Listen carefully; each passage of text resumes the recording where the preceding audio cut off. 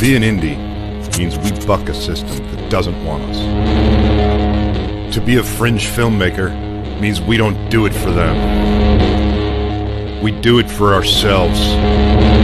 To be an outlaw on the fringe means we'll die before we fail. Be an outlaw.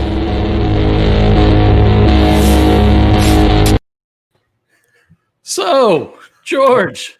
What's up, buddy? My family has scared the crap out of me by throwing something to get my attention, and I'm a little discombobulated now. Love you, bye. Wow, that was... Did they get your attention? Yeah, you know, I'm a fat kid. That could potentially give me a heart attack. Ooh. We can't have that. I don't know how to do all the shit you do. And I don't want to learn. Fair enough. What a show we got going on tonight, huh? Who, us? Yes. Dude, our shows kick ass all the time. But, you know, tonight we have a really fun show. And, you know, the reason is that if anybody saw me appear on Jimmy Star and Ron Russell's show, you know that Ron basically said that he loved the Brigade except that we suck because he hasn't been on it yet. So we officially, as of tonight, will no longer suck as a network or show. Oh, so wait a minute. In turn, I can do the same thing once he's on here. Sure. Not that I'd ever do it. No, I'm kidding. Yeah, no. So we've got a great show. We've got Jimmy Star and Ron Russell. As always, with us tonight is my literally my best friend and brother, Richard Grieco. You are watching Romero Pictures Indie Brigade this Friday night. I'm your host, George C. Romero. With me, as always, is my ever faithful and present producer extraordinaire, Mr. Joe Ridgely, sporting his limited edition Romero Pictures Indie Brigade gear. That's right. Be jealous because you can't get it anymore. That's why it's called limited fucking edition. You're shit out of luck until we decide to make some more, which we will. So bear with us. We just have to get around to it. We're kind of busy because we've got a lot going on lately. But after our show tonight, stay tuned for David Lee Madison, the end of the night. He has a phenomenal guest, Mr. Mark Tieno, that a lot of you will know actually from some of my dad's work. So I'm super excited that Mark has found his way to the Indie Brigade Network. And I'm thrilled that his path has led him to David's show, End of the Night. I think that's going to be a phenomenal conversation, and I hope you all stick around for it tonight. Let's see. We've got some people tuning in into the audience, and my wife is at work, so I have to say hello to her first because if she's there, she only has a minute.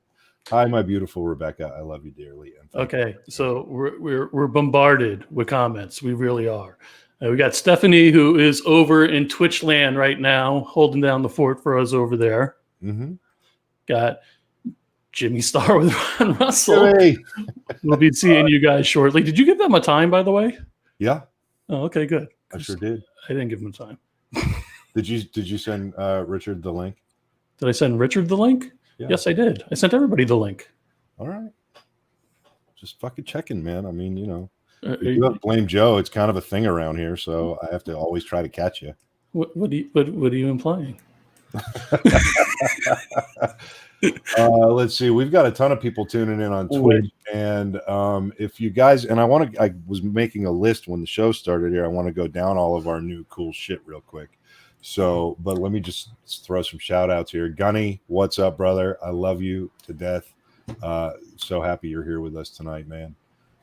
Stephanie, Stephanie's a big part of the announcement actually about Twitch, so we may as well just touch on that. Our very own Stephanie right there for you is kind of taking on a lot of social media duties for us here at the Indie Brigade, so we're thrilled to have her doing that.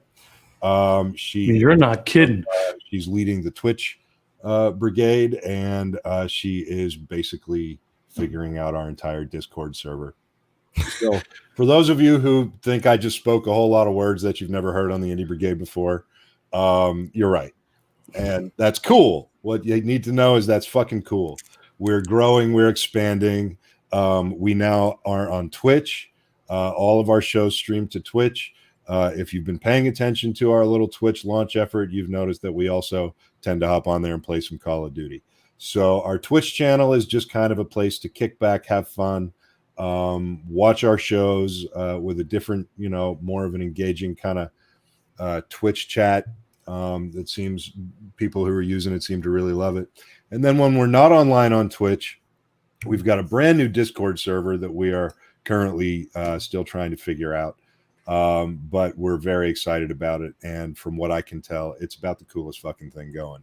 So what it looks like it's allowing is for the Indie Brigade to exist 24/7, 365, like an all brigade all the time kind of thing. So the idea being that, and I say this literally every week, you guys are the best fucking community out there. You call yourselves members and you care about each other like family.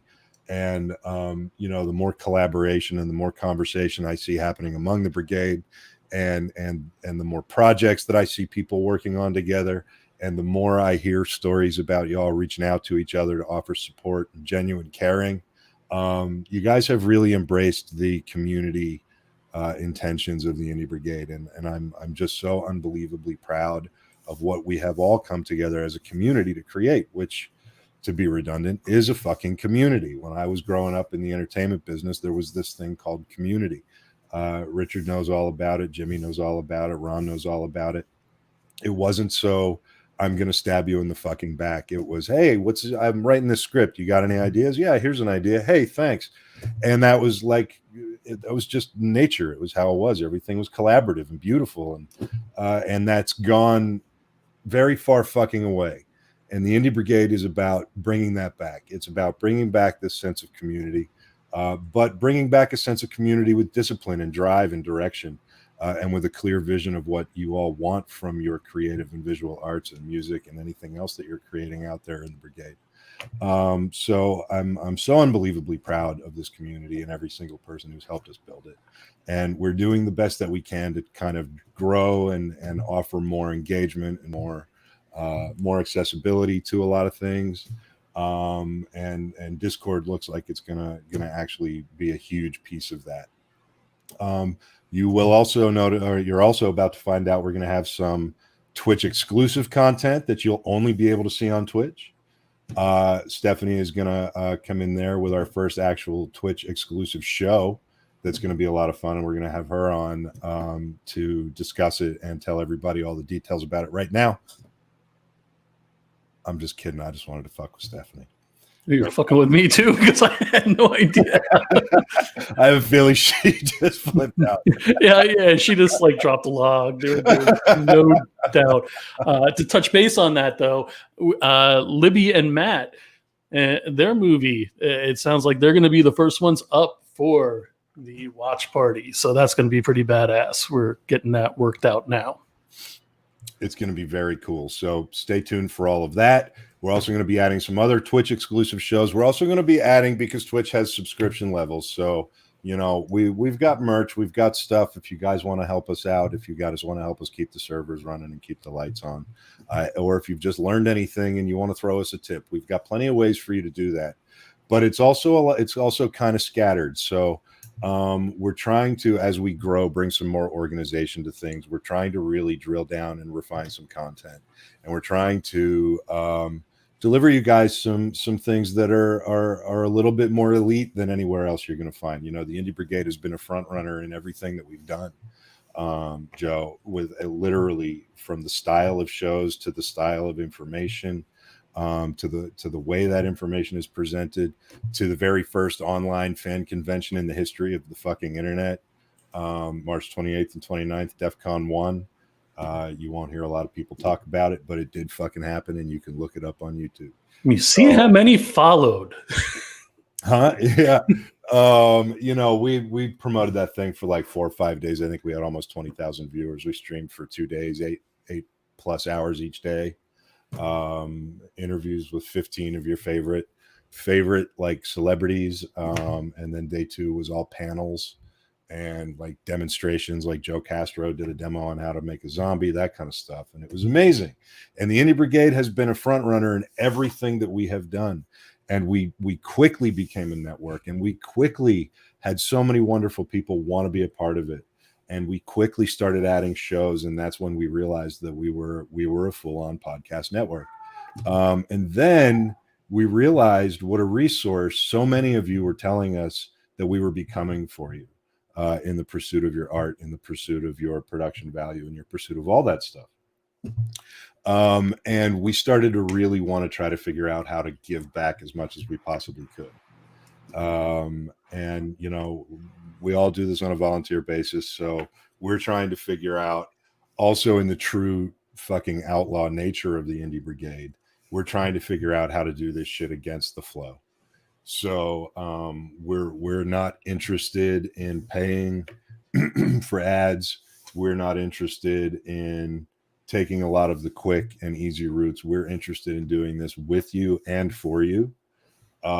Just because, you know, part of being an Indian, part of being an outlaw is you know, the willingness for all of us to go through the shit together. So hopefully some of you learn from what we do. Hopefully some of you take some cues from what we do and look at the ways to develop and market your own brands a little bit more. And hopefully y'all dig it. And if you do, we are basically introducing Twitch subscription levels. We've got custom emotes over there, and we're going to have exclusive things for the different tiers. I think the first tier is like custom emotes and maybe a private text channel on Discord, and then sub level 3. Twice a month to start. I'm going to do a sub only voice channel where it's basically like an open roundtable forum, and I'll come up with a topic for each one, like budgeting, and we'll just all get in there and talk about budgeting in sort of a roundtable forum as a way to maybe help people learn a little bit more about budgeting. And then subscription level 2 is going to be somewhere in between those. We're going to be offering clips of interviews and shows that don't make it. We're going to be offering supplemental interviews with people. We're going to be offering behind the scenes stuff, little tips and tricks, a little extra stuff from Drone Cav, a little extra stuff from Indie Brigade. You know, like little bits and pieces all about everything from screenwriting to lighting. And I think that hopefully this will help you guys. But this is all going to take a lot of time, energy, effort, and resource on our part. So that's why we are going to put it on the sub level over on Twitch, and then integrate Discord with that so that they apparently can work symbiotically together. Beyond that, don't forget to check out our IMDb page. We're now officially on IMDb. If you haven't checked out our IMDb yet, please check out our IMDb. Go ahead, click through all our guests. You're going to be blown away. I think I have 2 episodes I still have to add back to the IMDb last week and this week, but those will be up there by tomorrow. Make sure that when you go to the IMDb and check it out, you search Indie Brigade and then click as many people as you can, click as many episode titles as you can. Go through IMDb. If you have 5 minutes, it's something you can do to help us out. If you don't want to sub and you don't want to buy any merch, here's something you can do for free. You can go to IMDb. You can click all through it. Click names, click links. Help us bump up into the IMDb algorithm, and help us get toward the top of that. That would be a huge help. So if you've got a couple of minutes, go do that. Beyond that, we've got a new tech partner coming, Aston Microphones, literally probably the most badass microphones on earth. They are now a partner of Romero Pictures Heavy Metal Indie Brigade, and they will be sending us some new gear that you guys will get to see us use, hear us test out, and they will be hopefully adding some Aston microphone sound content to the Indie Brigade as well. So we're still working out all of the details on that, but it is done. They are our new partner for audio, and we will be talking about some of their new gear here coming up as soon as we receive it. Heavy metal, fucking heavy metal.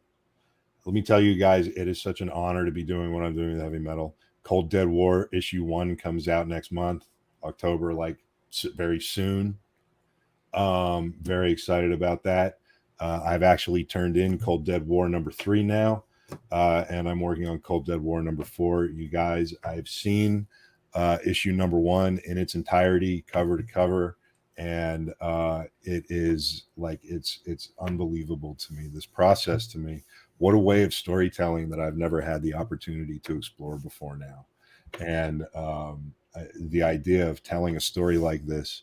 And it's funny because when I first started, I thought, because I'm a filmmaker, right? I thought, well, my frame as a filmmaker allows me to put so much in it. How am I going to fit so much story into just a page or 5 panels on a page or whatever?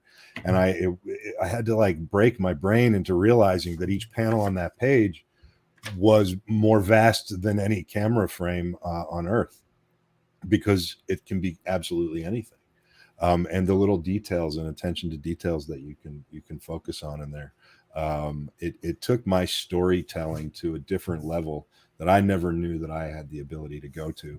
And I have Matthew Medney, the CEO of Heavy Metal, and David Irwin and Joseph Illidge to thank for that. Matt has this innate ability to match talent with talent. And David and Joseph, I mean, their resumes alone, anybody would be honored to work with these guys, and the schooling that they have given me with regard to telling a story in this sequential image format is it's unbelievable. And I hope you guys love reading it as much as I loved writing it. And yeah, it's coming next month, so stick around. What else? That's it. Oh, The Rise comes out in issue 302 of Heavy Metal. So damn it, I only have 300 on here. Yeah, I know.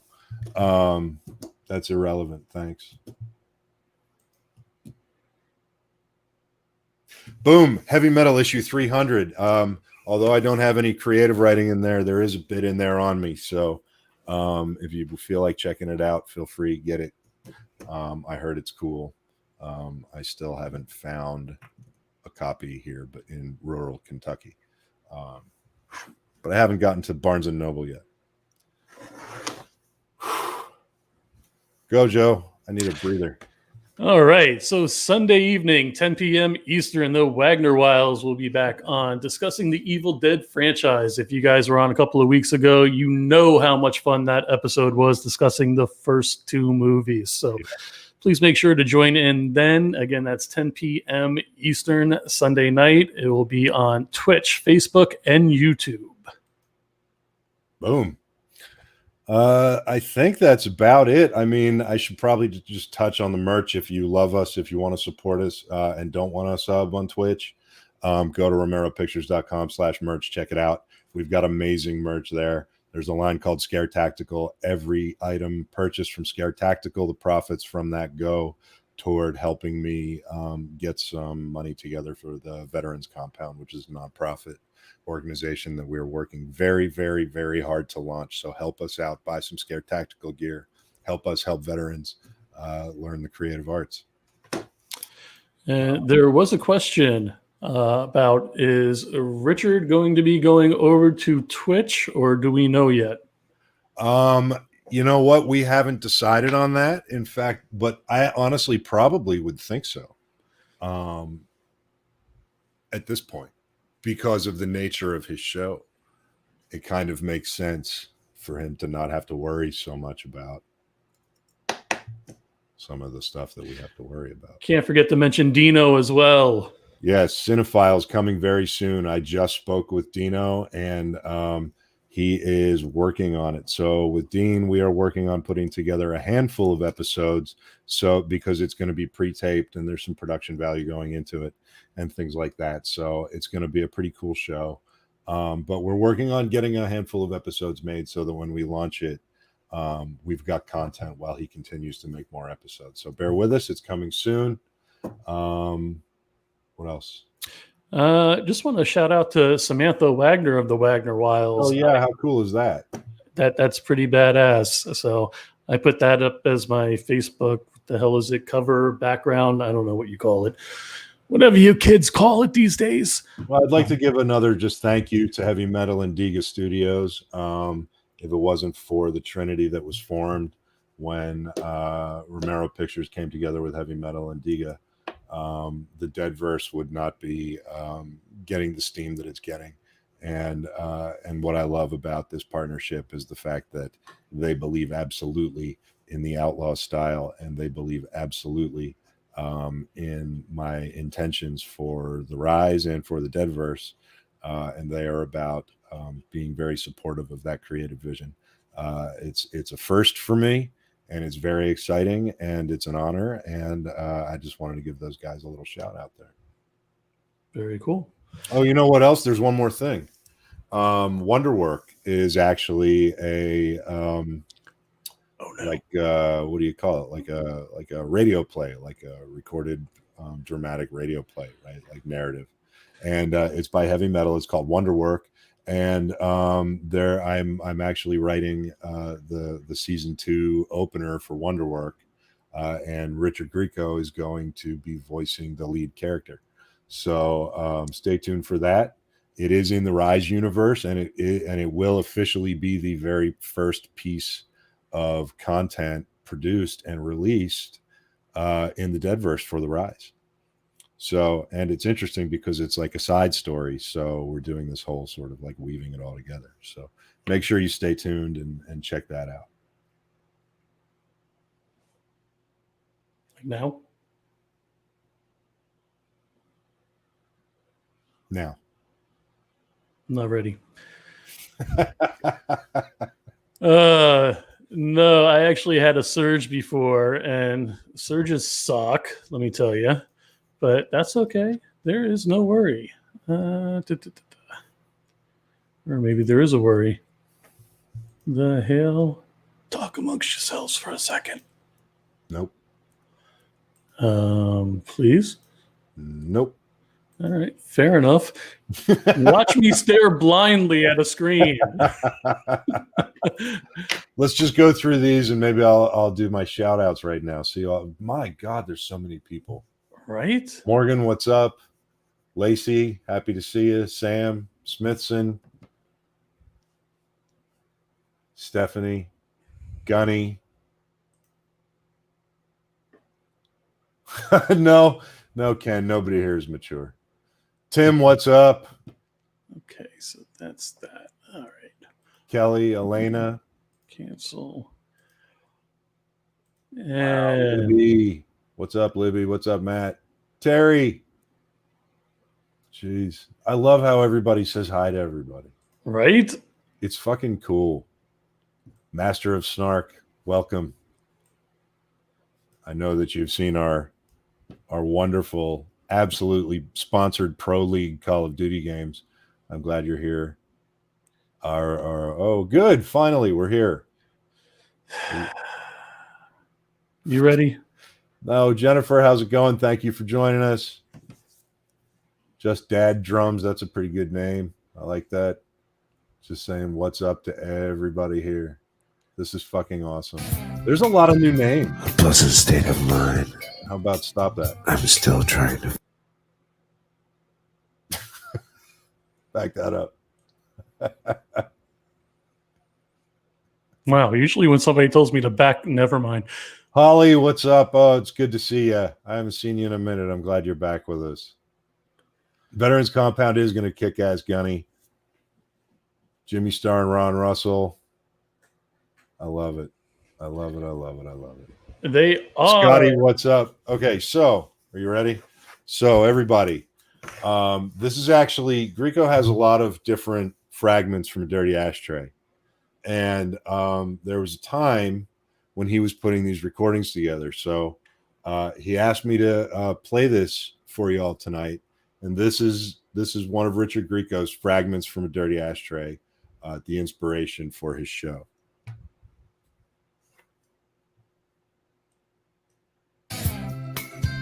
a pleasant state of mind. I'm still trying to find. Trying to accept the confusion before I go blind. Hold my hand, please. For I am scared. I need a breath of fresh air, of which I cannot find. Touch my eyes, for the tears are not of sadness, but of sorrow.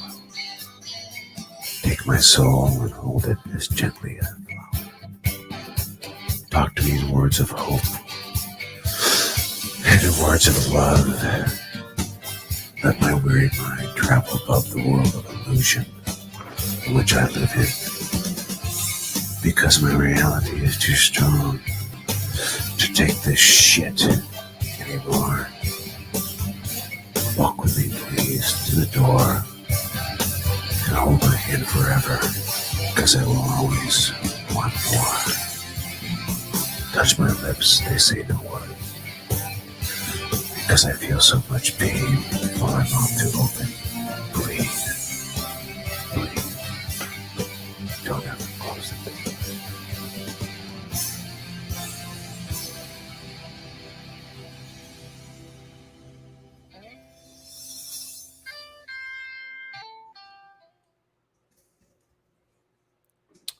Well, that was awesome. Fragments from a Dirty Ashtray, number 9. Grieco, you ready? I'm taking that as a yes. What's up, brother? What's up, brother? How's it going, man? Good, man. How you doing? I'm good. I'm good. So I don't want to just call that Fragments number 9.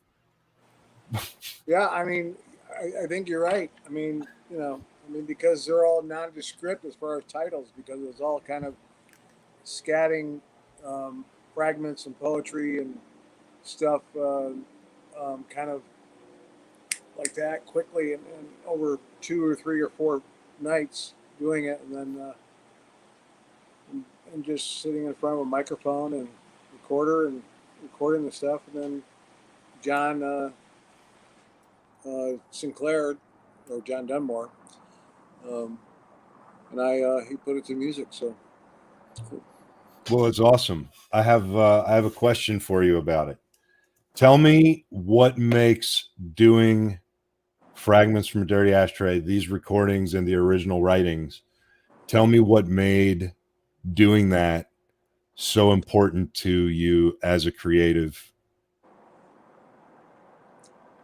well, I think that well, Fragments from a Dirty Ashtray, and that came to fruition as far as a title because I always was smoking and hanging out and having a nice thing of scotch, and did a lot of writing like late at night. I think putting to music kind of adds some kind of alter thing of what's going on verbally, and the music kind of goes against it, which is kind of cool, and then it builds, and then it kind of goes with it, and so I think and there's a lot of them. I mean, there's a lot.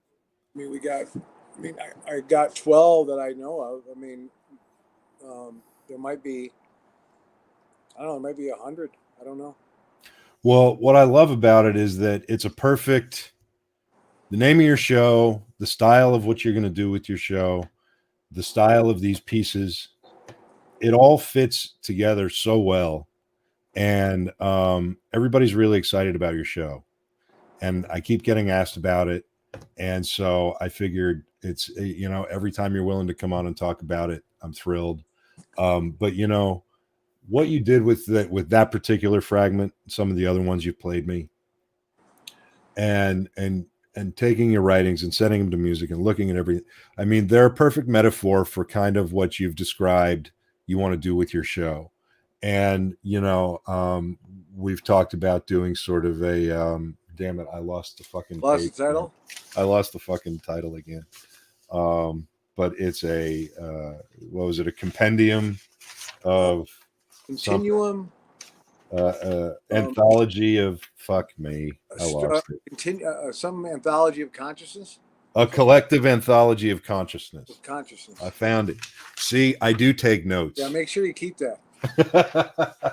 I'm gonna fucking staple that one to the wall. But I think that that's a great idea too. But I think that there's an overarching theme to what you're trying to kind of teach, and the kind of knowledge that you're trying to pass on. And I think that that has to do with helping people free their creative mind and spirit a little bit, right? Well, that's exactly what it is, and not being afraid of the words that come out. I mean, a lot of times people are afraid of the words that come out and try to. It's a strange conundrum, actually. I've been around people that have spoken great prose or poetry or fragments, and all of a sudden they can't write it down. They literally can't write it down, And once I got, and I was scared too a little bit with writing some of this stuff. But it got to the point where I just said, fuck it. I mean, just write it and write it as is. I mean, and that's why I started recording it, because when you write, you can go, oh no, I don't want to say that. Let me cross that. When you record it, that stream of consciousness comes out, Yeah. it keeps coming and coming and coming, almost linear, kind of like painting where it's a stream of consciousness and it keeps coming out and out and out. So, I mean, and that way people, I mean, if you have a recorder everyone has one on their phone now, just say shit every day. I mean, say something. Yeah. Doesn't matter what it is. Just get it out of your head. Yeah, I mean, But that's a hard thing for a lot of people to do, and I'm excited that that's going to be basically the goal of your show, is to kind of help people break that thing. You and I have talked so much about one of the things that we have a lot in common. We have a lot in common, but one of the things we have in common is the fact that we both kind of pinpointed these times in our lives that helped us kind of fracture that traditional thinking that was stifling our creative selves. And, I think that a lot of people might not realize that that's what's happening to them. Yeah. I mean, the thing is, I mean, the business that we're in, or it could be music, art, movies, anything. I mean, all the arts. I mean, I compose. Everybody is all artists. So when you do a bunch of different things, like if you paint and you write and you sing, you write music and you direct, produce, but out here and in this town and in general, people try to put you in one category. It's one category. I'm a director. I'm an actor. I'm a poet. I'm a musician. Basically, I'm a drummer. I mean, and that's why in the mid '90s, late '90s, I released "Waiting for the Sky to Fall" overseas. Didn't release it here because I was told that you're an actor and you can't do that. So I released it overseas, and they, the album went gold over there. And I did it on the onus of listening to people that told me that. But if I would have redid it again, I would have released it here at the same time. But I think it's evolving in a way where you can do. People are more receptive now to people doing a lot of different things, and look, you might be really good at one thing that you make a living off of, but you've always been scared to do that one thing that's your passion. Whereas actually, that's what you should be doing. I mean, it's amazing how you go through life and do one thing because you become really successful in it, but you never go back to the one thing that actually got you to that one place and reason why you're doing that. You know what I mean? And yet you don't go back to that one thing. Like, let's say it's just, I don't know, it could be a chainsaw carver. Right. A guy that goes out, and, or it could be you got into acting because someone heard you play the guitar and you were an awesome guitar player, and they wanted you just to be in a scene playing guitar. Next thing you know, you got lines. Next thing you know, you put the guitar down. Next thing you know, you got this part without a guitar. So it kind of takes over things. Just don't forget what that one onus was, what that one pivotal point it was in your life. It's something that you were really emotional about and really kind of, had so much passion for. And don't ever lose that part of it, even if you become successful in other areas. Always keep that going, and don't be afraid of what they fucking think anymore. I mean, that's just fucking out the window.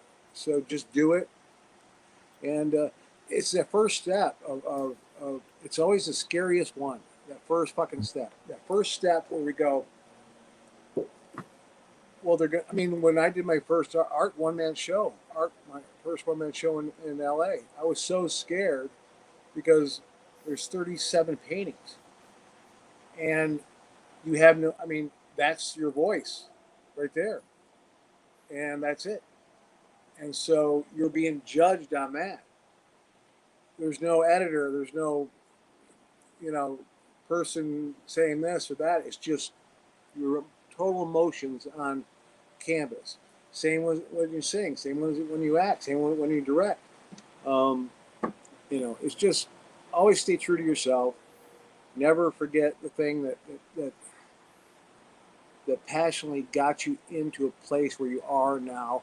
Or if you are in a place where you are now and you want to get out of that place, maybe you should go back to that one thing where you were truly happy and just take a chance of doing it. Because if you don't take a chance now, 10, 20, 30 years go by and boom, you'll say, what the fuck did I do? Yeah. Putting creativity, putting true art into the world, not just trying to churn out money-making stuff, putting things into the world that you care about, that you invest yourself into, that you pour your heart and soul into. It can be one of the scariest things. It's probably the scariest thing for people who make the decision to pursue a dream or to pursue a creative existence. It's the number one thing. It's such a small thing, but it's also the biggest thing, I mean, and I say it like that on purpose because, like you said, the first time you do anything, it's scary, and it's scary as hell. I'll never forget the first time I screened a movie in a theater with like a few hundred people, and they were all like sales agents and stuff. Like I'd shown stuff I'd done to a ton of people, but then I did this screening for sales agents. There was like a few hundred people in this theater, and I was like, I couldn't even be in there. I literally couldn't even be in the room. I just went outside and paced and chain smoked. Yeah. And they were sales agents, and in the first 10 minutes, here comes somebody walking out, and you're like, fuck, they hate my movie. And then, you've got somebody there going, no, they're just sales agents. Some of them only come for 15 minutes. Yeah. And it's like, yeah, but I suck. And it's terrifying. But then after you do it and you realize that all the shit you were freaking out about was kind of bullshit, then you realize what a small step it actually was. It's the biggest small step you ever have to take is putting that shit out there. Because once you put it out there, you have to put it out there, right? You can't just make shit and then put it under your pillow. Like that's part of it. You have to put it into the fucking world. And after the first time you do that, it never gets easier, but it gets more fun. Yeah, I mean, we put a song out here in America and around the world, 6 feet away, and I haven't put a song out since 1997. Mm-hmm. And that was, it was something that I really had to think about going, well, they haven't heard me out anywhere on the radio or put a new song out in probably 18 years. So, and yet we did a song that was raw, nothing on the voice, just guitar and a few strings, and that's it. And we just, that's it. There it is. And obviously we got a lot more stuff coming out,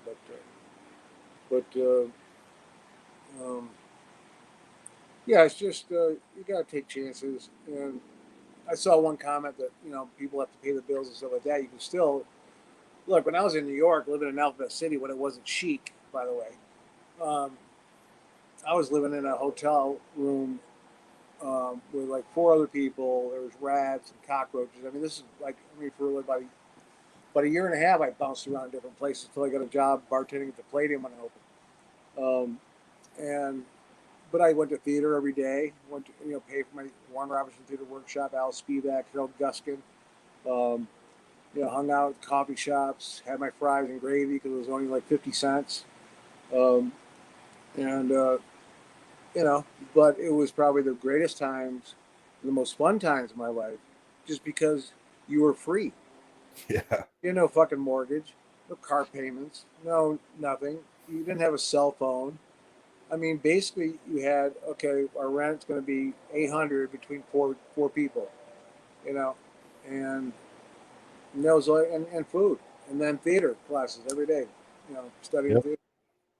But you just did it. You overcame those fears and you just did it. And then, that's just how it works. Like, and it's, I'm going to transition here because, you guys out there watching, everybody in the community, like a lot of you are doing it. You're pushing, you're getting stuff out there, and it does my heart so much good to see you all pushing and making and creating and releasing your work. And it does my heart so much fucking good to see so many of you fighting the good fight uphill every day. We've all been doing it for a long time. You know, and I want you guys to know that we the Indie Brigade, that's what we're about. That's what we're here for you through that. And you know, one of the things about this whole thing is that you tend to feel like there's nobody else out there like you. And there's a lot of us. We're all out there fighting the good fight, going after what we're going after for what we believe to be our right reasons, and doing it with a lot of love all the way around. So this is what we're here for. And you know what's interesting is, and this is the transition, I've got some people that you know in the lobby. Oh, you do? Yeah. Yeah. I'm pretty sure you saw the graphics, so I think you know exactly who's here. But you were on their show not long ago, and then I just did their show. And are they ready to pop on there, Joe? Jimmy, Ron, you guys ready? All right, they are ready. And here is Jimmy, Ron. Hey, can you hear me? Yeah, how are you guys? Good, how are you? Good. Ron, thanks for coming on. Thanks for dragging Jimmy on the show. When I did your show, you told me that you loved our network, but that it sucked because you hadn't been on it. So thank you for coming on and making it so we don't suck anymore. That's right, perfect. Can Richard hear us? Yes, I can hear you guys. It almost seems like there's a delay. How are you? You know, we said such nice things about you. We were at a thing a couple of weeks ago, and your name came up, and we were talking about you, and you would have been so happy if you heard what some of the girls were saying. And no, really, they were all loving you. They were our friends. You know, we just discussed you and your movie and stuff, and you're very well liked in the business. People really like you, and that's a nice thing to know about. So I want you to know about it. That's wonderful. Thank you. And we actually had George on last week or whatever, and his show's doing very well. We're at about 2.5 million plays. His show was so good. That's incredible. That's incredible. No, I told George, I said, your show's not so good because you never had us on. Yeah. So now that we're on, his show is good.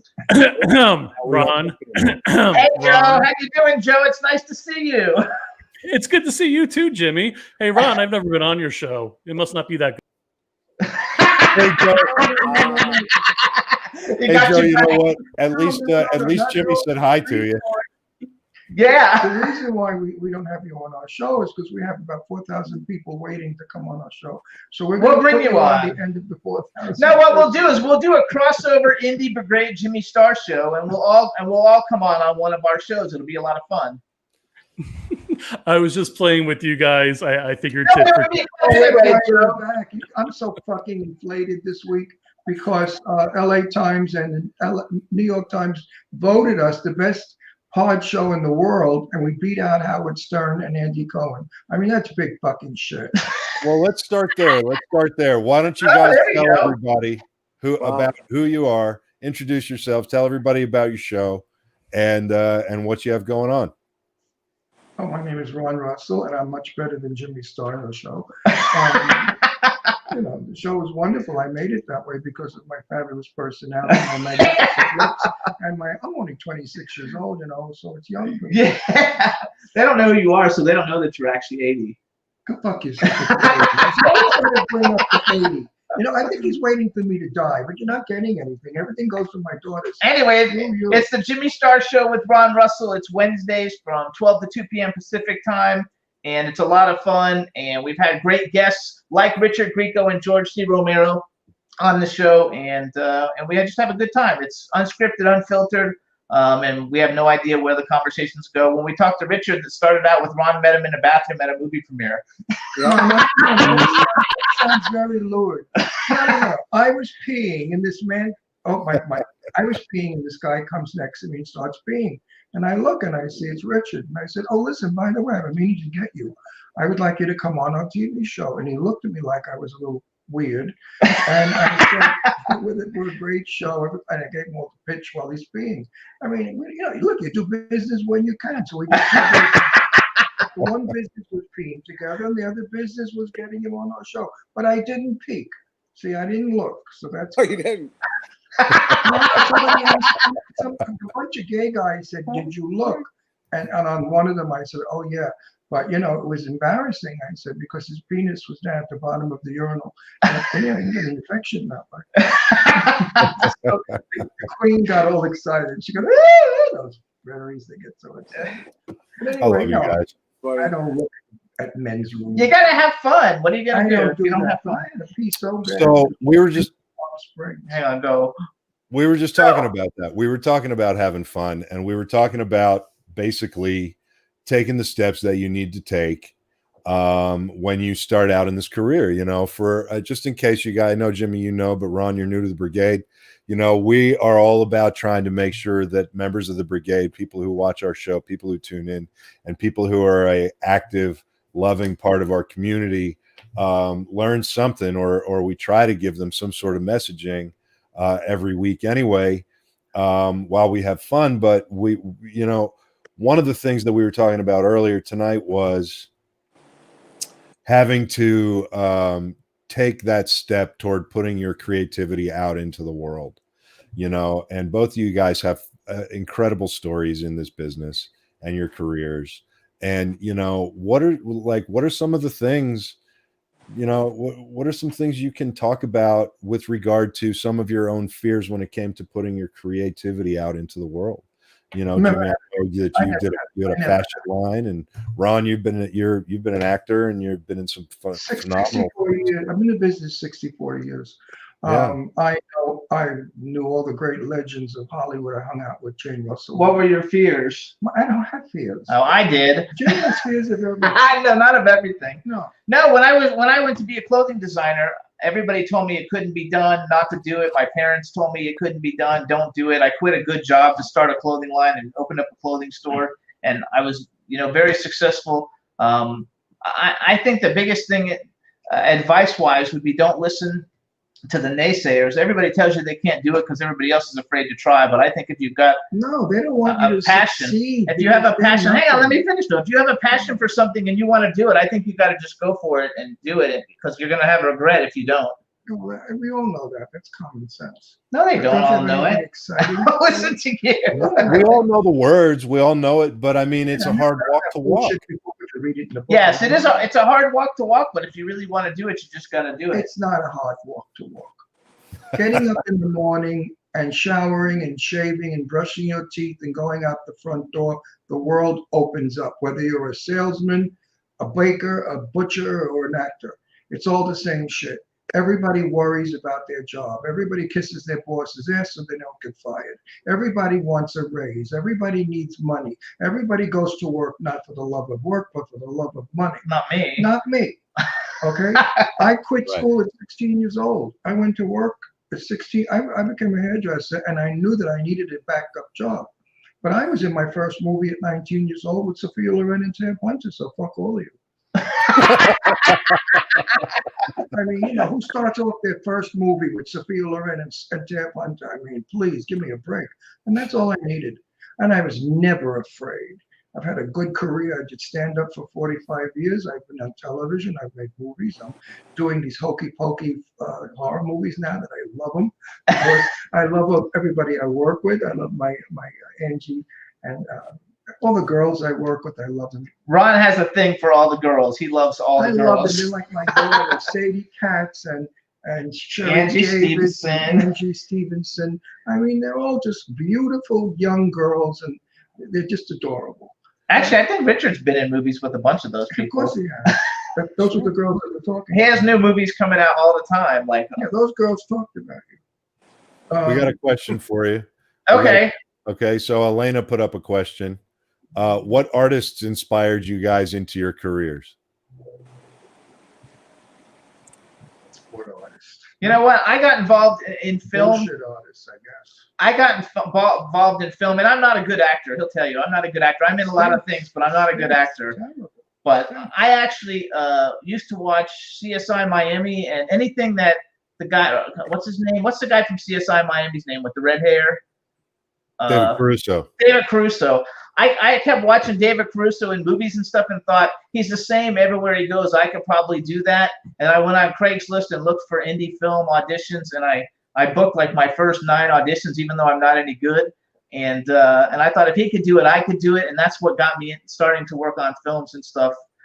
Even though I started as an extra, that's how I actually started doing it, because I just thought if he could do it. And with clothing, I was a big fan of like Vivienne Westwood and all your avant-garde designers. And I was a pretty popular clothing designer for many years. And I still, would like to go back into that like eventually. But I think David Caruso was the one who got me involved in wanting to like work in movies, because I just thought if he could do it, anybody could do it.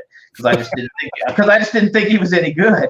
And he was on all these huge shows, and he's like, here he is on all these great shows. He's a big star, walking red carpets. I was like, if he could do it, like I'm sure I could do it. And that's how I actually got into it. You just broke Grieco. You literally just broke Richard Grieco. I know. I've never even seen him laugh like that before. And my cute story is my mother was silent movie actress Jenny Gabriel. My mother lived in the world of Valentino and Gloria Swanson. So did I. My mother raised me with silent movie actors, and then the 1930s, Carol Lombard, Clark Gable, Joan Crawford, Betty Davis into the 40s, and then in the 40s we went into the 50s. Cary Grant, all was from 30s, 40s, and 50s, but Deborah Carr. So I know all the stars. I met Gloria Swanson when I was about 8 years old. My mother and I went to the museum in New York where they were showing Rudolph Valentino's film, The Sheik. And Swanson, for some reason, was there. And afterwards, my mother went over and they spoke because they knew each other from 50,000 years ago. And Gloria Swanson was my height, and I was 8 years old. And I remember her eyebrows. They were all the way up on top of her head like wings. So every time I referred to her as a kid, I said, the lady with the eyebrows. I don't think Swanson would have liked it, but she was very affected, from what I remember, very theatrical. I was born in the business. My father was a set builder. My father built sets for the Lower East Triborough Theater in New York. So, I really didn't have, actually, I wanted to be Cary Grant, but I wound up as Jane Russell in drag.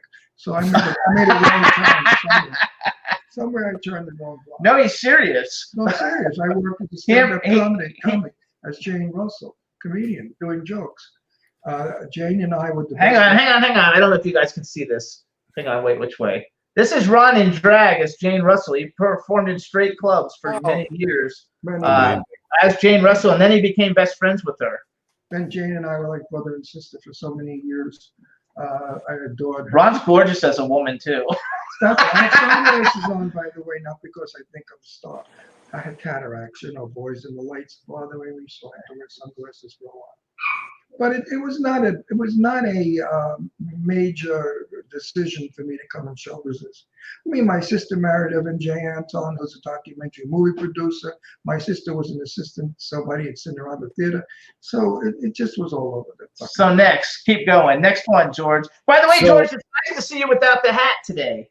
Yeah, well, I shaved my head. So. I wish I could see better. I really thought it was an erection, an uncircumcised penis on the street. Now I realize it's your hair. Well, I've been compared to a lot of things, but that's a first. Only because I can't see too well. So here's a question for you, and this is another question for Ron. You've had a amazingly storied life and career in this business. Oh yes. What are some things that you miss about the way that it used to be? Oh no, bad question. That's like my favorite question. I've been asked that all the time. I started off in 1959. The movie cameras were the size of a bus. The sets were full of big, bright lights. We used to wet the concrete to make it look good. Extras were treated beautifully. Actors that were not the main six were treated well. back then you were not allowed to talk to a star. You could, I mean, Cary Grant on the set, you didn't go over and say, hey, Cary, what's doing? Let's have lunch. You didn't do that. You weren't allowed. So we all knew where we belonged in the movie. It was very systematic. They did 99,000 takes of one scene, so you knew they were going to get it good. Not like today. Today they shoot a film in 15 days with a friggin' cell phone, and they don't give a shit if you even knew your lines or what you did. You could hang into a wall and they'll leave it in. Which back in those days, you know, if Jane Russell's hair was just 3 hair strands out of place, cut, hairdresser, fix. They used to blot us, which was called mopping. So we'd yell, mop, mop, because she was fired under the big lights. Today, I worked in Clown Motel. A couple of weeks ago, we finished it, and we couldn't put the air conditioning on in the bar and grill we were working in, and it was like 103. And I was dressed as a general. I mean, sweating. The water was running off my balls down my thighs. It was how wet it was. It was horrible. That's his biggest thing. That would not have been back in. He doesn't like the fact that you don't get rehearsals. No, you don't do table reads. Or studio. You know, I like working in a studio. Yes, I like exterior work, but I also like a studio because a studio is controlled, and you can control a scene good. And an actor feels very good in a studio. I mean, you walk in the morning, it stinks, it's cold, it's ugly looking. You see things all over. You know, it's a dirty looking dump. But then when you go to your set and they light it, suddenly magic happens because now you're a cowboy or you're a spaceman, whatever the film is. And he doesn't like how they don't always give you marks. He did a film in Pennsylvania called Croker, and the guy just told him, walk wherever you want, and I'll just like follow you. That story. I said, where are my marks? He said, what's marks? I said, you know, X is on the floor where you want me to stop. Really? He said, oh, don't worry about marks. He said, I'll follow you with the camera. And I thought, that's interesting. With my light, how's my lighting? Is my key light good? What key light? You know, so these horror movies really are terrible. I look at them and I think they just homemade movies. But he loves them and they're fun. I love them. I love doing them because I love everybody in them. I love Churchill, who's a fabulous director. Joseph Kelly, who's my sweetie pie. I mean, these buddies and girls and guys, they're kids.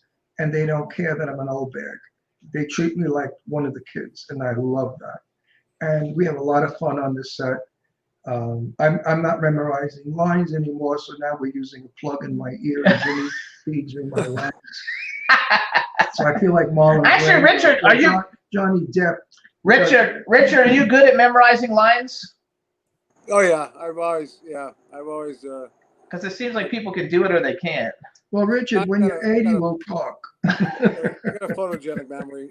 I mean, oh, that's nice. Yeah. I used to have that also, and then suddenly, it was like a stroke or something. No way. You know, Sherry Davis does the same thing. She says to me, I know my lines off camera. The minute I go on camera, I forget my lines. I said, oh, I'm the other way around. I don't remember lines at all. So I make it up. You know, I shooting one movie, I forgot which one it was, and I didn't like the lines they gave me anyway. They really weren't authentic. I was supposed to be a tough guy from Brooklyn. Don't tell me to hurry up. Fuck you, Jimmy. You know, I hate him. Richard, lend me some money so I could divorce this guy. Yeah. I mean, I'm done with him. I'm so fucking over him. You have no idea. He's really a terrible. Everybody out there thinks he's so nice and sweet. No, he's not. I'm the sweetest. We know the truth here. Yeah, that's right. He's Satan in pajamas. I mean, really. You know, it's interesting. You brought up an interesting point about the fact that, you know, there's filmmakers that aren't aware of things like marks. You know, it's funny. I have a Pelican case back there on the floor, and it's my director's case. And when I go, I have things in it that I haven't seen on modern sets. And one of those things is actual like marker sandbags. I've got T marks and I've got markers, because I know that there's a lot of young folks, new filmmakers out there who don't use those. And I understand because the new camera systems, it's a lot easier, but there are plenty of people out there who, you know, have been doing this the right way for a very long time. And the right way is the right way for a reason. Things like markers, those are important for actors. I live, you know, what's his name? Tracy. Spencer Tracy. has a saying: 2 things you do when you get on the set: know your lines and know your marks. Yep. That's all you have to know. Know your lines and know your marks. One film I was in, the director said to me, "Ron, now stand here by this table. Walk over to the door, then go over to the window, pull back the curtain, look out the window, then walk back and open the door." And I thought to myself, so much easier if you had marks. So, hey, Richard, let's throw that back to you because you're doing a lot of indie films now, and you've also done a lot of big budget things. What is the difference for you? And what is like the same kind of question that he asked? I know, but I'm asking him too. Well, let George do it. Okay, George, you ask him. No, I like that you asked him. I mean, stuff I've directed and stuff like that, I make sure I have marks. I don't want focus guy going nuts all day. I make sure everyone has good lighting. I make sure we set up. I try to do lighting. I try to light the world so I don't have to move lights around a lot, like if I'm doing exteriors. But I always make sure you guys look good. Actors and actresses look good. As far as acting, I'm so good at marks and so good at doing the whole itch in the head thing and looking down and looking at, but there's so many actors that don't know marks or I've seen actors miss by about 5 feet. And that looks good on camera. Empty air, dead air looks good on camera. But yeah, I still think it's important. There's got to be some kind of urgency. And the other thing I don't like is I read scripts all the time. And most of the scripts I read like an instruction book to build a automobile or something. Because people don't always speak. Sometimes when I'm angry with Jimmy, I just look at him and I roll my eyes a certain way. He knows that I'm mad and just shut up, okay? Or I look at him lovingly and adoringly. He knows that too. Actors today don't do that. They go on the set and they read lines. And they stand there with their arms at their side and all that moves is their mouth like a fucking howdy-doody dog. And this irks me. I say, scratch your ass. I was doing a movie where I played a cop. And my feet were up on my desk and I was on the phone talking to somebody. So I began picking my nose, rolling it, and throwing it on the floor. And the director came over, he said, "What was that all about?" I said, "It's called shtick. And the kids are going to love it. When the kids see this movie, they're going to say, oh, look, the cop is rolling booger." And sure enough, it was. So I believe that acting is like real. See, that was just like what Richard talked about a second ago too, though, where he knows how he rubs his hand or does all the different things. It's not, cough, rub your eye, play with your nuts, anything. But do something. Just don't stand there and read fucking lines. Here's a question for both of you from the end. And Richard, we've talked a little bit about this in the past, but I think it'd be interesting to hear you guys go back and forth on this topic. You, Ron, you brought up people who send you scripts. Now they're not written. They read like mechanic instructions. Richard and I talk about this a lot outside the show, and we've discussed screenwriting a lot on this show. As actors, and I try to tell this to a lot of people that I talk to about screenwriting. You've got to write your movie to be read, which means you want to engage your reader. But as an actor, Ron, what kind of script do you like to read? Do you like to read a lot of screen direction? Like he takes absolutely. Yeah, I love it. I love to know what room I'm in, what period I'm in, what color the wallpaper is, and what my actor working with me is dressed in. I want to know all of it so I have a picture so I can create my character to be. Oh no, I like this one out. But you don't want to read stuff like. So that's all crucial. But like what about when people write stuff in there like he puts his hands on his hips, quick, and it's like everything is quickly and with urgency. If it's necessary. If it's necessary for the movie, yes. If it's not necessary, don't, because let the actor decide what to do with his hands on his hips. Hitchcock used to say that, learn your lines. If you don't know them, it's okay, just act. and a lot of other. I worked under Sidney Lumet, and he was an incredible director, and he also believed in that. You're an actor, act. Mhm. Yeah, but I like to read a script. When I read a script and it opens up at the period of the year and whatever, and they talk about the castle and the rain, and they get you in the mood. I like that. I don't like it when they go directly to dialogue. You open the page and Count Dracula says, "I'm going to suck your blood." I agree with him. I'm the same way. I like them to have some instruction, so when you're reading it, you get a feel for what the atmosphere is going to be, throughout the whole thing. But there are very few people. There's very few indie people that I have seen so far, is a better way to say it, that actually put all that in there. Most of them just write the dialogue, and you have to guess what the rest of it is. You get a script today; it's 64 pages. Yeah. Where'd the rest of the page? Where'd the rest of the script go? And also, the other thing I don't like is directors don't sit down with you and discuss your character. I like character background, and I'm used to that from being an old-time actor. I remember I played a cowboy with Brenda Vaccaro for a long time, and I said to Brenda, "I don't get this. I'm a cowboy on a horse. Now I gotta go off the fucking horse to pee," and she started to laugh. Give me something to be more than just a person on a horse. Let me feel that I'm going to be lynching somebody or grabbing Brenda Vaccaro and banging her on the haystack. Give me something more. And they don't do that. George does it, because I've read several of George's scripts. He writes very well. Well, I'm waiting for George to send me a script so I could be in it. Richard, as an actor and a director, what do you think about that? As an actor, how do you like to receive scripts? And as a director who also writes, what's your take on that? Like, in terms of, what do you think filmmakers, indie filmmakers, young, new filmmakers should be focused on when they're trying to write a script? Because I agree with Ron. Somebody sends me a 64-page script, and I'm like, when are you going to send me the rest? That's what I say. This is part one. Part two. No, he's right. Because 64 pages is 64 minutes. Yeah. So I look at a script. I'll look at a script like this first. I'll take it and go like this and go. If I see chunky dialogue like this everywhere, I know it's a writer's crutch. They couldn't tell the story through the action.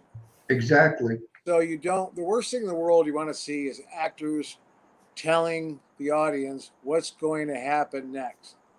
And absolutely. And let a good script writer, you got a couple that I love, is someone who lets you breathe and lets you enjoy the story. Dialogue wise, it's got to be there for a reason, and you gotta let actors breathe. You gotta let them breathe. If something's not comfortable with them or something like that in a scene, you just talk to them. Bringing up what Ron said, a lot of directors don't talk to actors anymore. No, they don't. And if you ask them, does my character, I had a little bit of, I won't mention who. I'm from Brooklyn, and I'm Italian, and I have a Brooklyn accent, in case you haven't noticed. It wasn't an English accent. And you can't tell me how to speak Brooklyn Street. Nobody can. And it's what's worse than somebody trying to do a Brooklyn accent when they try to sound like mafias and they sound like shit. So I was on this movie, and I said, listen, my name is, I can't give it. I said, I'm going to read my lines like Brooklyn. And they said, well, what is that? And I said, like this. Yeah, over there, the guy told me something. You know what I said to him? I said, get out of here. I ain't got no time for this bullshit. What are you doing to me now? And he looked at me and said, you sound retarded. I said, no, I don't. I sound like a hood from Brooklyn on the street. That's how we used to fucking talk. Hey, man, how the fuck are you? Who you banging with, baby? I don't know if you're allowed to curse. You know what I mean? And anyway, I won because I used a word that they didn't understand. He said, nobody's going to know that word. And the word was joint, meaning dump, horrible place. Oh, turns out now the joint is all over the joint. So I think that a director, if he's smart, should say, okay, I got this 100-year-old actor who's from Brooklyn with a real heavy Brooklyn accent. I'm going to let him run with it. I'm not going to try to control it. No. That's a smart director. Sometimes you have to fight with them. Well, and that's largely what Richard's got a show coming to the Indie Brigade Network. And that's largely Congratulations. that's largely the tone of his entire show. There's literally, you can't, if you're going to work with somebody for their talent, if you're going to work with somebody for their creative prowess, for their experience in doing these things, you've got to trust them. And it's not something you micromanage. It's not something you macro manage. It's something, there's a relationship there. And if a director's not willing to sit down with the actors and help the actors figure out what they need to figure out in order to deliver a performance, there's no trust there. Just as much as an actor has to trust a director to make them look as good as possible from the director's point of view, the director has to trust the actor. And, it becomes truly symbiotic. And if that trust exists, when it comes time and you yell, pictures up, roll sound, roll camera, Right. Everything melts away except the director and the actors and the scene. And there's nothing else existing around any of you. There's like this crazy bubble and cone. And whatever happens in that space during that time when the camera's rolling between action and cut,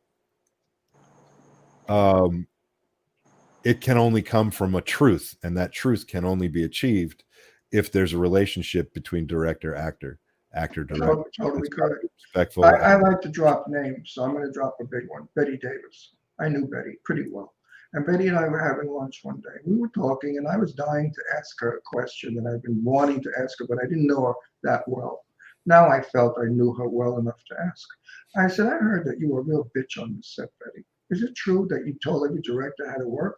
She said, no, Ron, that's all media crap, not media, but press. She said, I told them that they were not good and that they did not know how to direct and that I was going to change things for the good of the picture. And I thought to myself, she really put it beautifully, didn't she?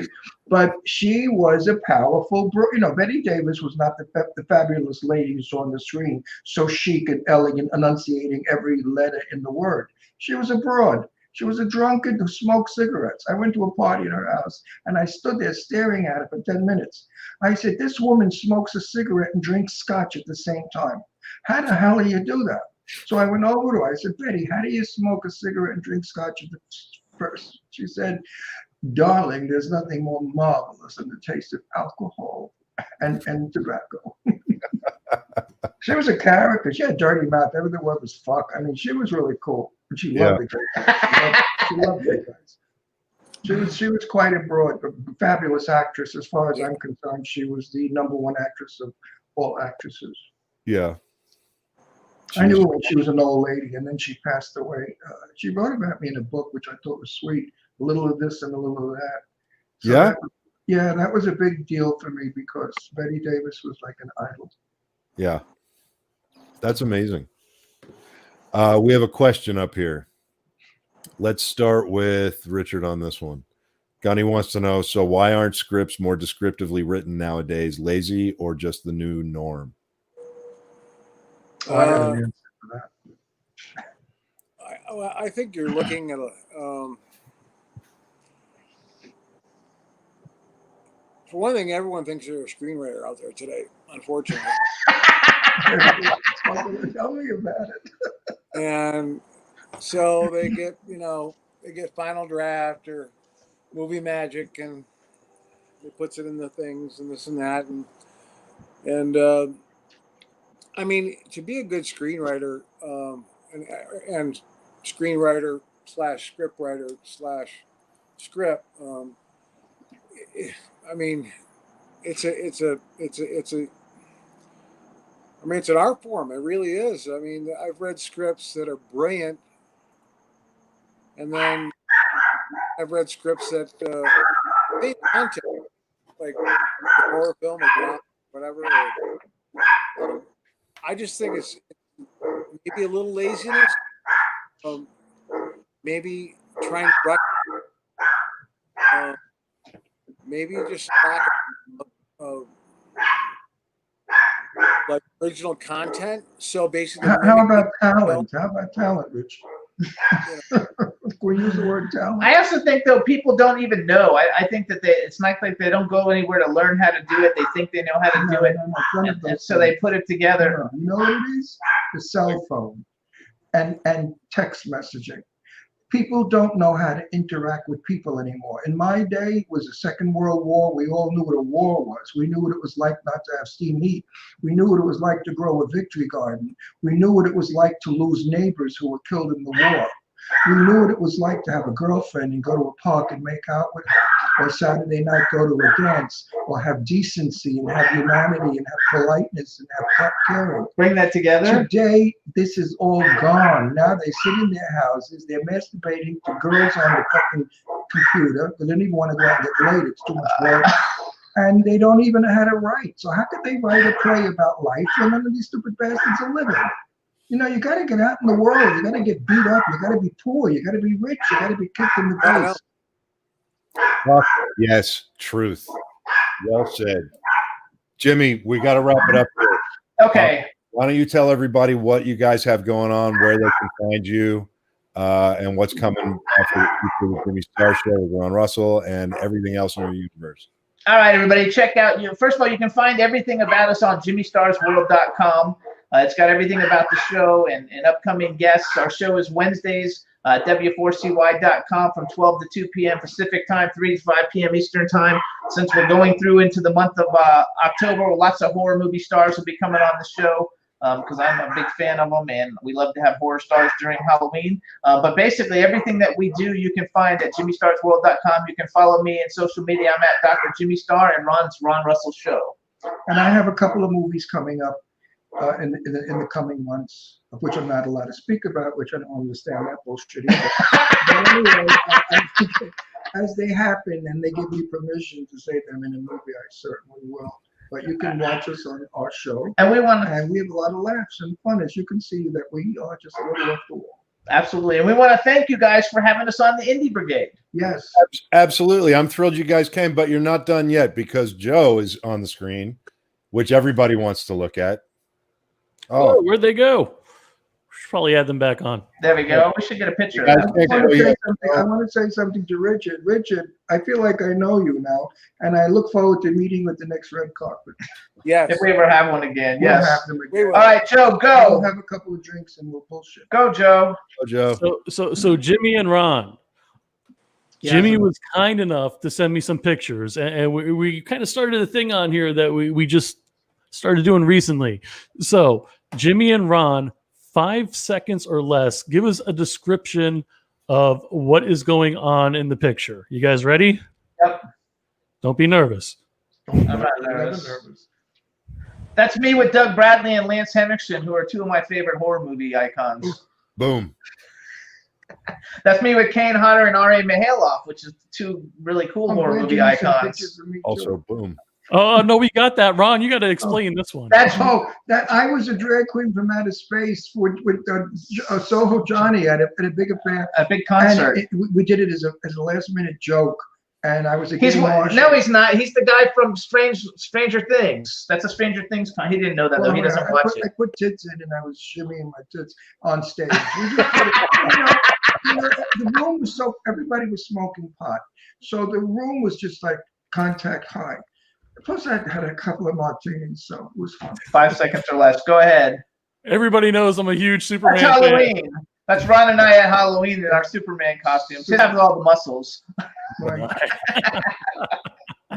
That's Tits. Eileen Shapiro, better known as Big Tits. My sweetest friend in the world. She's my business partner in my public relations firm called World Star PR, and she's a New York Times bestselling author. And I adore her. Very cool. Oh, that's Sherry Davis. That's at a premiere. Yeah. And that's Jamie. I forgot her name. Bernadette. Jamie Bernadette. I'm sorry. I think Richard's been in movies with her, and that's us at a premiere. And Sherry Davis has the sisters out for a little air. That's with Lou Temple at an Oscar party. Lou Temple was in The Walking Dead. Right. That's Paul Logan and Ron and I at a premiere of a Tom Churchill movie. Yeah, Paul's a good guy. Look at that. And that's Ron and I at the soiree, which was a Grammy party. And that's just Ron and I, a picture I like of us together. It's like two fairies. I love that. Oh, and that's Tyrone Tan interviewing us at the Nation's Fire premiere. I call him Jerome Powell. All right, last picture. You kind of already touched on it, but do it again. Hey. That's the cover of Ron and that's Ron and I on the cover of Times 10 magazine. Right. Awesome. You gotta have fun. Yeah, That I'm was so cool. happy to say that we're the first gay married couple on television that haven't been kicked off because of us. And not ostracized either. And no one has been mean or said anything terrible. Everybody's really accepted who we are. We're not gonna give a shit. Fuck them anyway. I just want to be polite, you know. So I'm happy that the world is starting to accept things that are a little different than they are. You know. It's fun. And we want to thank you guys again for having us on. And Joe, that was awesome. That was really fun. Now, Good. I'm glad you guys had fun. I love you guys. Why I'm so didn't happy you came up. you put a picture of Sue Wong's Oscar party? I did. And I'm glad that our show doesn't suck anymore. Oh, It well, never wait a minute. sucks. I always Did love I it. miss an Oscar party one? Yeah, that's an Oscar party. but Yeah. Sue Wong's Oscar There party. you go. Sue I'm Wong is the sorry. best. I love her. George, Yeah.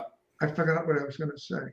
That's okay because they're kicking us off now. They're No, I leaving just want to us. say something. Sure. Say goodbye. Anyway, George, thank you. Your show is fun and great seeing Richard again. And Love Joe, you. you're awesome. And Joe, hi, goodbye. And we'll see you Everybody guys. Stay Fuck safe, Joe. stay happy, and stay wealthy. Let's all get rich. I hate being fucking poor. Okay, I agree with that one. Let's All just right. get rich. Bye, guys. Thank you. Bye, you guys. Thank See you you. next time. Thanks again. Oh man, what a trip they are, huh? Love those guys. They're pretty awesome. That was a great show, Richard. Thank you for hanging out, being part of it tonight, man. Absolutely. I love you, brother. You know, we got to play some. Gotta play some Call of Duty later. They need their own show. Not They do. Literally a TV show. Yeah. I mean, they really do. Yeah, absolutely. We should make that happen. You know, they really do. All right, brother. Well, thank you so much for hanging with us tonight, man. Oh, my pleasure, brother. I will catch you on the Call of Duty later on. And we're definitely looking forward to hearing what you have going on with the new show. Speed it up, man. Come on. No, we're getting there. We're getting there. Working on it. All the components. Yep, working on it. All right, Nice. brother. I'll catch you in a little bit. I really See you. take care, Later. Joe. Another What an interesting night. show, huh? Wow. The energy from that show. Good times. Definitely. Good times. Hey, Mr. David Madison wouldn't be anywhere lurking, would he? Mr. Madison, are you available? Hello, gentlemen. David Lee Madison. I was in the background lurking. I How are you? am wonderful. How's your week been? It was about 7 days long. And no, it was fine. You know, in this world, if you survive, it's pretty much you had a good week. Yeah, like the whole every day above ground is a good day kind of thing. Absolutely. Absolutely. You look good. I like that it's coming back in. It's starting to come in. This is like the homeless guy. I haven't gone to a barber or had a shave look. And, you know, I think for a guy my age, I think I look younger with the beard and mustache. You know, you're starting to get kind of like a Wolverine thing going. Maybe it's the lighting on what's going on, but like on the sides there, and it's sort of a Wolverine thing, I think. No, maybe. Well, I put up today on my Facebook page a picture of me and Sasquatch, and many people IM'd me saying that it's hard. What is Joe saying? I don't know. Because you were taller than Sasquatch. It freaked me out when I looked at that damn picture because Sasquatch, I remember when I seen him in the theme park, he was like 6'10". I mean, I don't know. I like in some pictures I grow. It's just not normal. The one time that I actually, when I played professional ball, and the only time I ever had my height measured legitimately, I was 6'7" ¼ and that was at 20 years old. And I don't think you grow after 20. I think you just start the slow kind of, To shrivel Yeah. down. Yeah. Oddly enough, I'm 5'7" now. Damn it. That's what happens when you're 230 years old. I'm excited for your show tonight, brother. I'm glad somebody is. No, I'm actually excited too. Mark is a wonderful, wonderful, funny guy. He's an extremely knowledgeable about independent cinema. He was honored to work with your dad, of course. And he's, if you don't know Mark Tieno, make sure you watch because he is just a wonderful guy. And we'll put you onto a show called The Mercury Man, which you could still watch on the Sci-Fi Channel's Direct channel. And it's just a wonderful, wonderful show that he's the star of. And a pop culture icon might be dropping into to give us some news about something that's going on in his world. So you never know what chicanery is going to go on the end of the night. I'm sorry. Can you spell that, please? Which one? Chicanery. I was hoping you were going to say the. Yeah. Chicanery. I have no idea. It probably would be SHAQ. I would have gone CH, like chicory. You think so? Maybe. Chicanery. You said chicanery. Joe said chicanery. I'm sure, George, you know the That's proper because I'm from New pronunciation. I don't actually.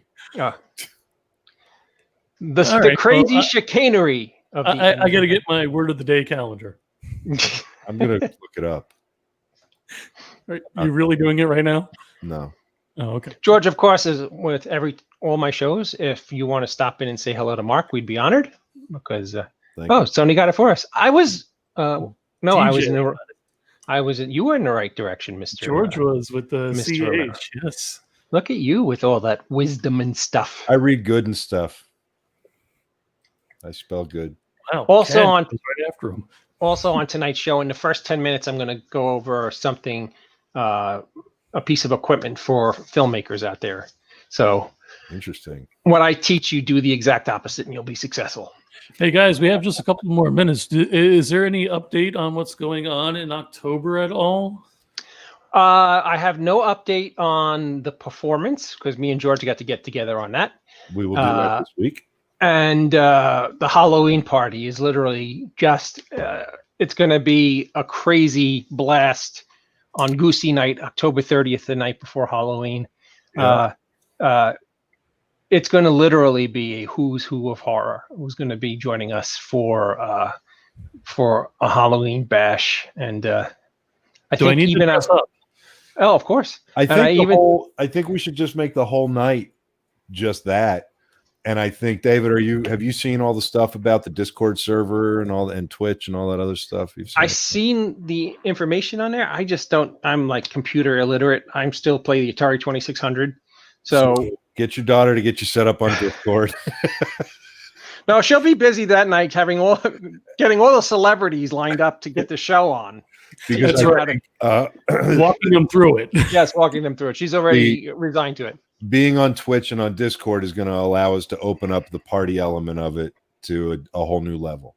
Oh, sweet. So, yeah. So get your daughter to set you up on the Discord server like tonight or tomorrow and start jumping in there because we've got a channel for your show in there. It's a great way to interact. It's a lot more centralized than Facebook. And with Twitch, we can do Twitch and Discord, we can actually do parties and have groups and get DJs and the whole thing. So, oh, sweet. Yeah. What I'm thinking here is that it's not only going to be a party, it's going to be like that crazy party that everybody's missing right now because they can't go to conventions where they all meet in a bar afterwards and they get to chat with their favorite iconic celebrities and we have a good time and we tell great stories. It's just going to be a Halloween party, a Halloween extravaganza. I want everybody who's watching us that night to make sure that they have a libation in hand and they join us for just a fun family Halloween party. We're all one big happy family in this community and we're going to enjoy each other's company virtually because sadly we can't all be together in person. Yeah, we're going to enjoy each other's company, damn it. If I have to beat it into you. There may be drinking games. Might be tricky. I win. All right, David. Well, we're gonna do the sign off here. Have a great show, All right, brother. I will see you guys at the top of the hour. And thank you for having me on, Mr. Romero. Absolutely. Thank you for coming on. Great show. Excellent show. Fun show. Wow. Again, the energy was phenomenal. Yeah, no thanks to you.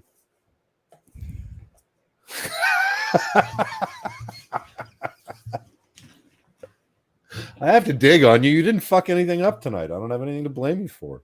Damn it. I tried so hard too. I was trying to razz Ron. I was hoping you were going to be like, what the hell are you doing? I love those guys. All right. Are you ready? Yeah, I'm ready. Everybody, thank you so much once again for tuning in and joining us this Friday night. Whether you're watching on Facebook, YouTube, Twitch, welcome. If you're new, double welcome. If you are not new, thanks for sticking around with us. I hope everybody has a phenomenal rest of your night. Stick around for David's show at the end of the night. I hope everybody has a great week. Get on our IMDb, get on our Twitch, get on our Discord server. Help us go loud with this stuff, like loud, like outlaw loud. And I love all of you. So thank you for tuning in. And as always, fuck off till next time.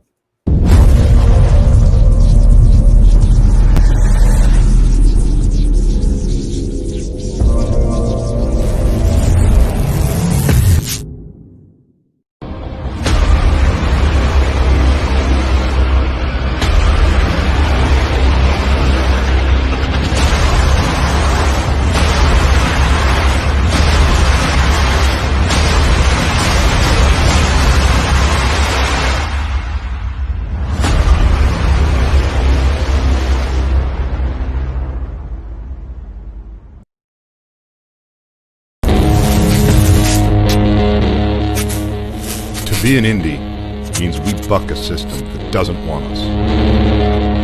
To be a fringe filmmaker means we don't do it for them. We do it for ourselves. To be an outlaw on the fringe means we'll die before we fail. Be an outlaw.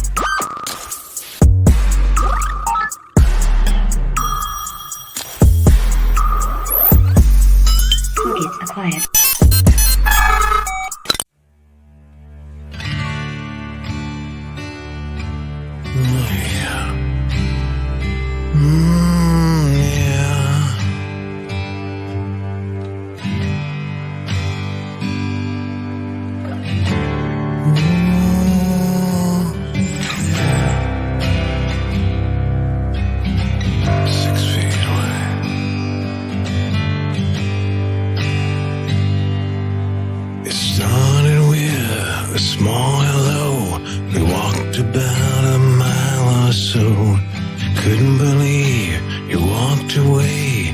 Guess it was a rainy day. Saw the writing on the wall, but I was just too big to fall. Now you're gone, you went away. I guess everything isn't the same, oh yeah. 6 feet away, yeah, 6 feet away, yeah.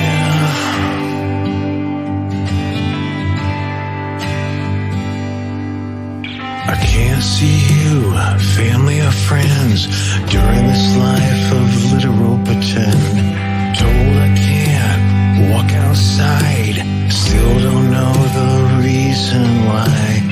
All I want to do is fly, but it's hard to do being stuck inside, oh yeah.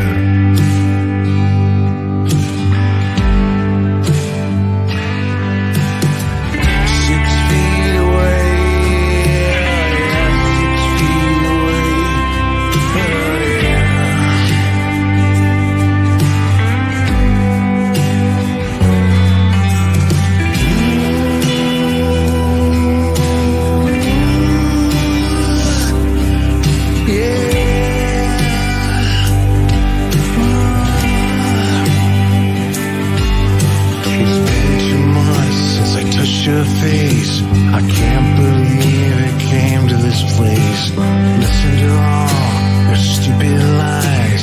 Sometimes I just wanna cut up and cry.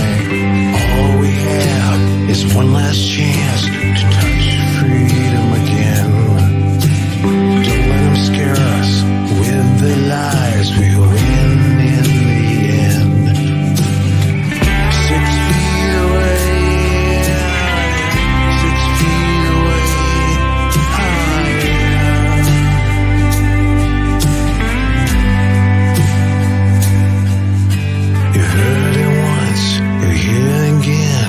socialism is not our friend.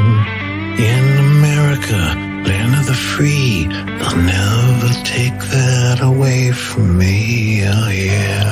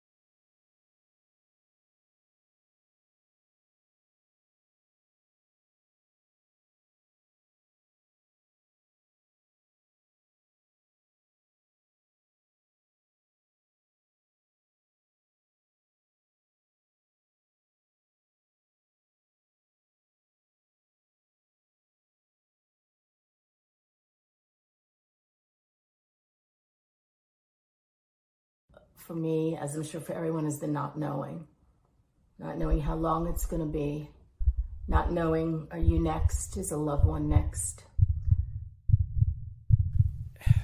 I don't know when I can even just hug another human being right now.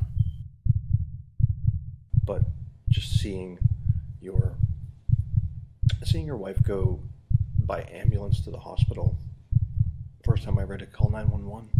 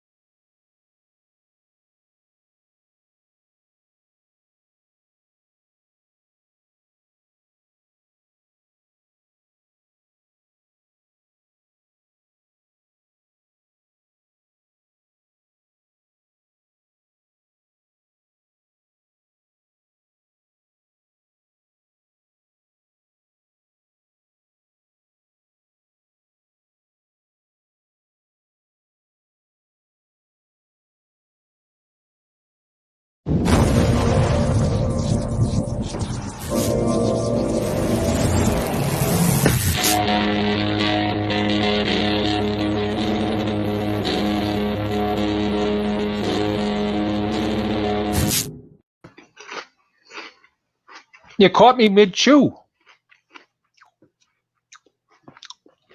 Is this thing working? I don't know how to react to that. It's working, but Never catch a man mid-Pringle. mid-Pringle. Okay.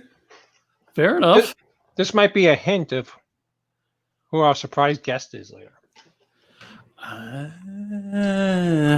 First off, I want to say hello to everybody. Happy Friday.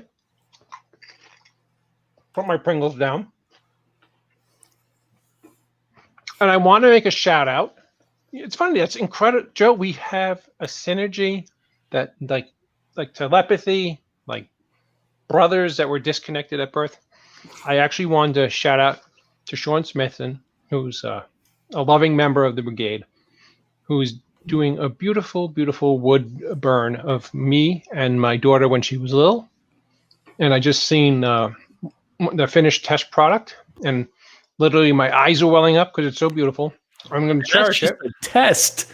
I know. I'm going to cherish it dearly when my daughter goes off to college, and I'm going to just be a miserable, sad dad wandering the Pennsylvania countryside. I can go home and look at that wonderful thing that Sean is making us. Live Pringling on the end of that. Of course. How does one become part of the Brigade? Like and follow our social media pages. That's a start. And interact with us whenever you can. Absolutely. And welcome to the Brigade, JD. How are you, Joe? I'm well. How are you? I'm very well. I was excited. Everybody, before the show, we get together and we do an AV check with our guests. And we talk a little bit about the upcoming evening. And I got to speak to Joe's lovely, sweet, and very intelligent daughter. And it was an absolute honor to speak to her briefly. I've been noticing on Joe's Facebook page that he's been featuring a lot of her artwork.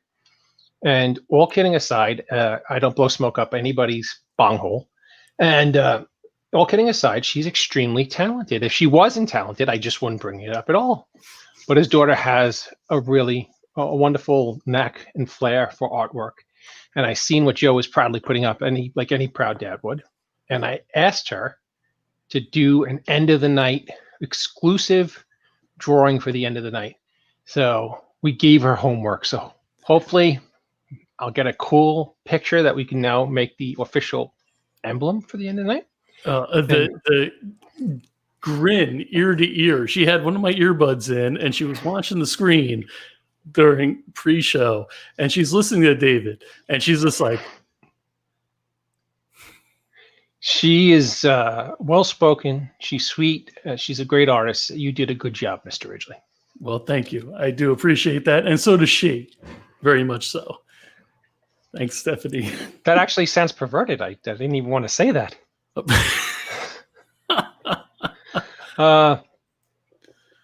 hell? For smoke up the bunghole and Pringles. Only one has been delivered thus far. Okay. Stephanie wants to draw with her. Thank you, Stephanie. So David, Stephanie's picture, she looks like she's disapproving of us. So we'll try and do better, Stephanie. I promise. She looks a little disappointed, but why am I watching these clowns? Is what it looks like. Well, have you seen her clown one though? I have not. Oh, she actually has a clown persona. Oh, sweet. Yes. You were gonna say something. What were you gonna say? Usually, before your actual guest comes on, you have something usually cool or interesting or quirky. What do you got? Because I'm excited. This is like one of my favorite parts of the show. Okay, I got a cool thing, and I got something that's for learning. I don't have any like antique stuff tonight. But to everybody out there, and I know there's a lot of aspiring and independent filmmakers, this is a clapboard. I know it sounds like it should be, and I'm not making fun of people because not everybody knows exactly what a clapboard is for. Now, this particular clapboard was given to me by Jack Schaefer, who was the cinematographer on my film Mr. Hush. After the very, very last scene, it was scene 7V.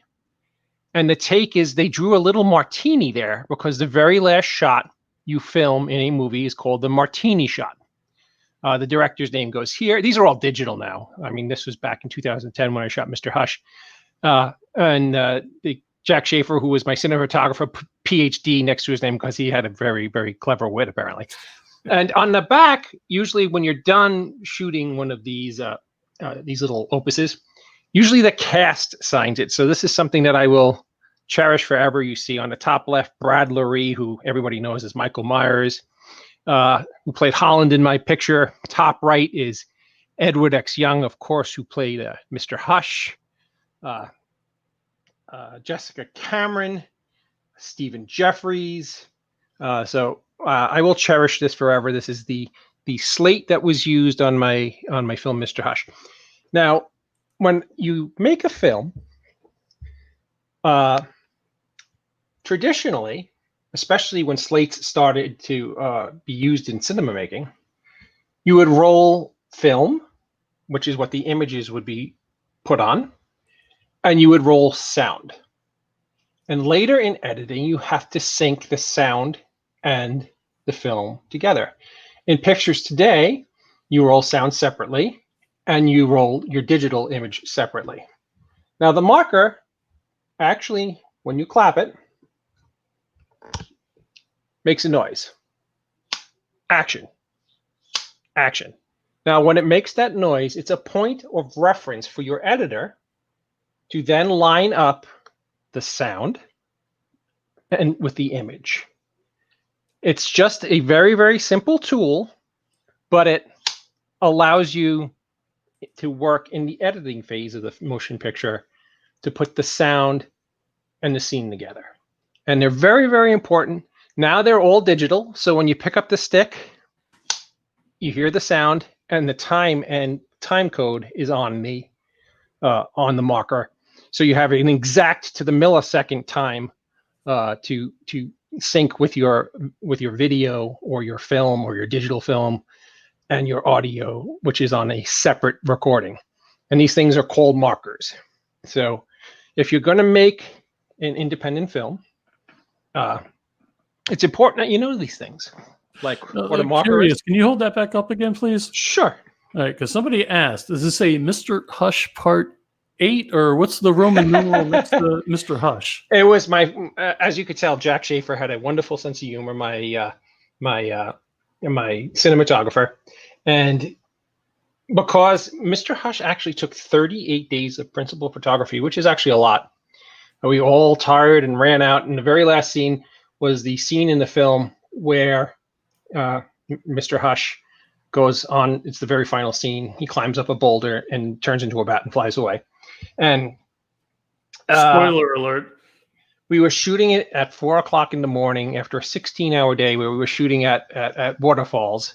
And by the time we were done with this movie, it felt like we made 8 Mr. Hushes. So it was his sense of humor by putting Mr. Hush 8 on it. Nice. And that was so I heard on George's show tonight, they were talking about marks and knowing where marks are. Very important. Marks are usually gaffer's tape or sandbag or one of those highlighted duct tapes, as you can get in any store. And they put them on a specific space on the ground so that the talent or the actor or actress knows where to ultimately wind up in the scene. And why that is important is that before you shoot the scene, you pull focus, because you can't have autofocus in a motion picture, because then you get that wobbling effect. You pull focus, the actor walks into a mark and is perfectly in focus. Funny story, in Wits End, I was the only lunatic who would go out in the middle of Superstorm Sandy, 65-mile-an-hour winds, 4 feet of snow, and like minus 10 degrees. The way I shot that movie is I carried out my equipment, a 65-pound camera on my shoulder, on a pair of sticks, which is a tripod. I would plop it down I would pull focus on another tripod or a monopod. Then I would know where my mark is, and I would wobble into the scene. I'm sorry. What movie was that? Wit's End. Oh, okay. The one where you were nuts and you like totally did everything in the snow, and yes, okay. The one where, unlike any other independent film you will see, shot entirely in the heart of a superstorm and a blizzard, no sound stages, just a lunatic filmmaker and his lunatic friends who are willing to do his lunatic movie for him. So, yes. The other thing I want to talk about. Sorry, just to interrupt. I don't know what you have on those guys, but I will find out. If you saw my Rolodex, you'd be wondering how I have what I have on all these people. It's kind of astonishing. Another thing, as Joe pointed out earlier, we like to talk about either antique stuff, or comic books, or baseball cards, or toys, or antiques, or stuff that we have fun with, or films. I actually want to introduce you guys. Maybe some of you don't know, but October is coming up. I know you know that October is coming up, but you may not know about what I'm going to tell you. There was on Off-Broadway, I saw it like 7 times. Hi, Brandon. Thank you. I saw it like 7 times on Off-Broadway. Thank you, Joe. There was a musical for Evil Dead. Evil Dead, the musical. And you guys should run out or hop on Amazon tonight and buy the original cast CD of Evil Dead the Musical and listen to it between now and Halloween over and over again, because it's fantastic. When I say it is one of the funnest, first of all, the show was unbelievable. I don't know if you got to see it, Joe, but no, it was unbelievable. If you haven't seen the show, run out and buy the original cast CD of Evil Dead and blast it from now to Halloween. It will definitely get you in the right spirit. I bet. Wow, all 3. Amazing. Okay. My first guest tonight is just a wonderful, wonderful human being. You may know him as Beef Treats from Dawn of the Dead. Was it Dawn of the Dead? Or do I get my dead wrong? Day of the Dead. My apologies. Day of the Dead. And Mercury Man, he's just a wonderful guy, a wonderful actor, dear friend of mine. Ladies and gentlemen, Mr. Mark Tieno. Before I bring him up, I just got to say, I really want his shirt. Hey, Mark. No, Mark. That's first. Starting bid. I'll give you a shirt off my back. There you go. You're the kind of guy who would. I would.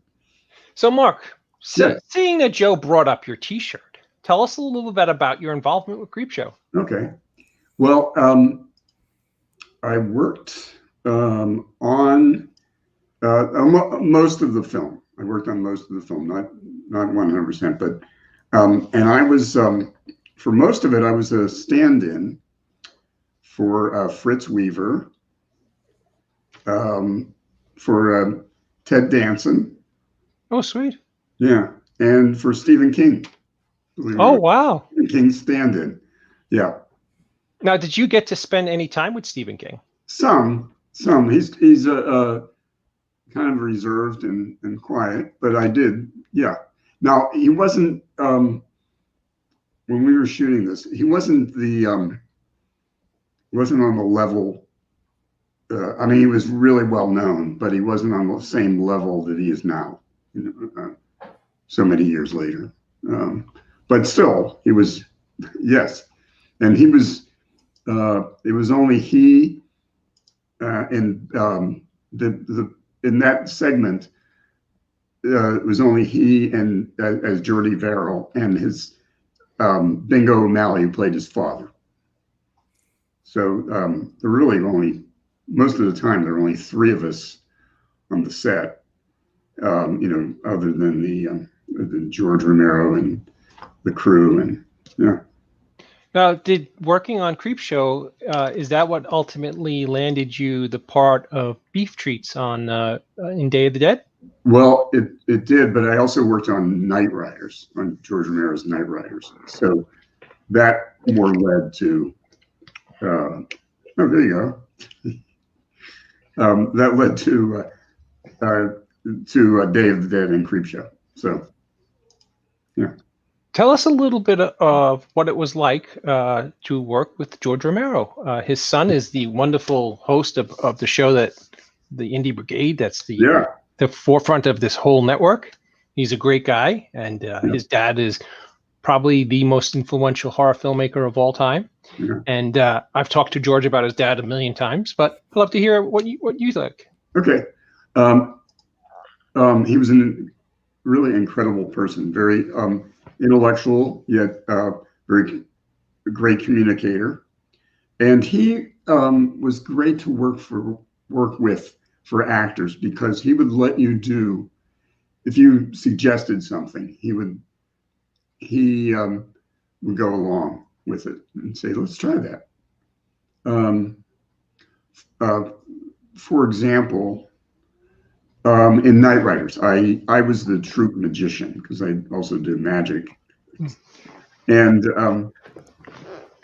I asked him about, I wanted to, I think it was even Stephen King's.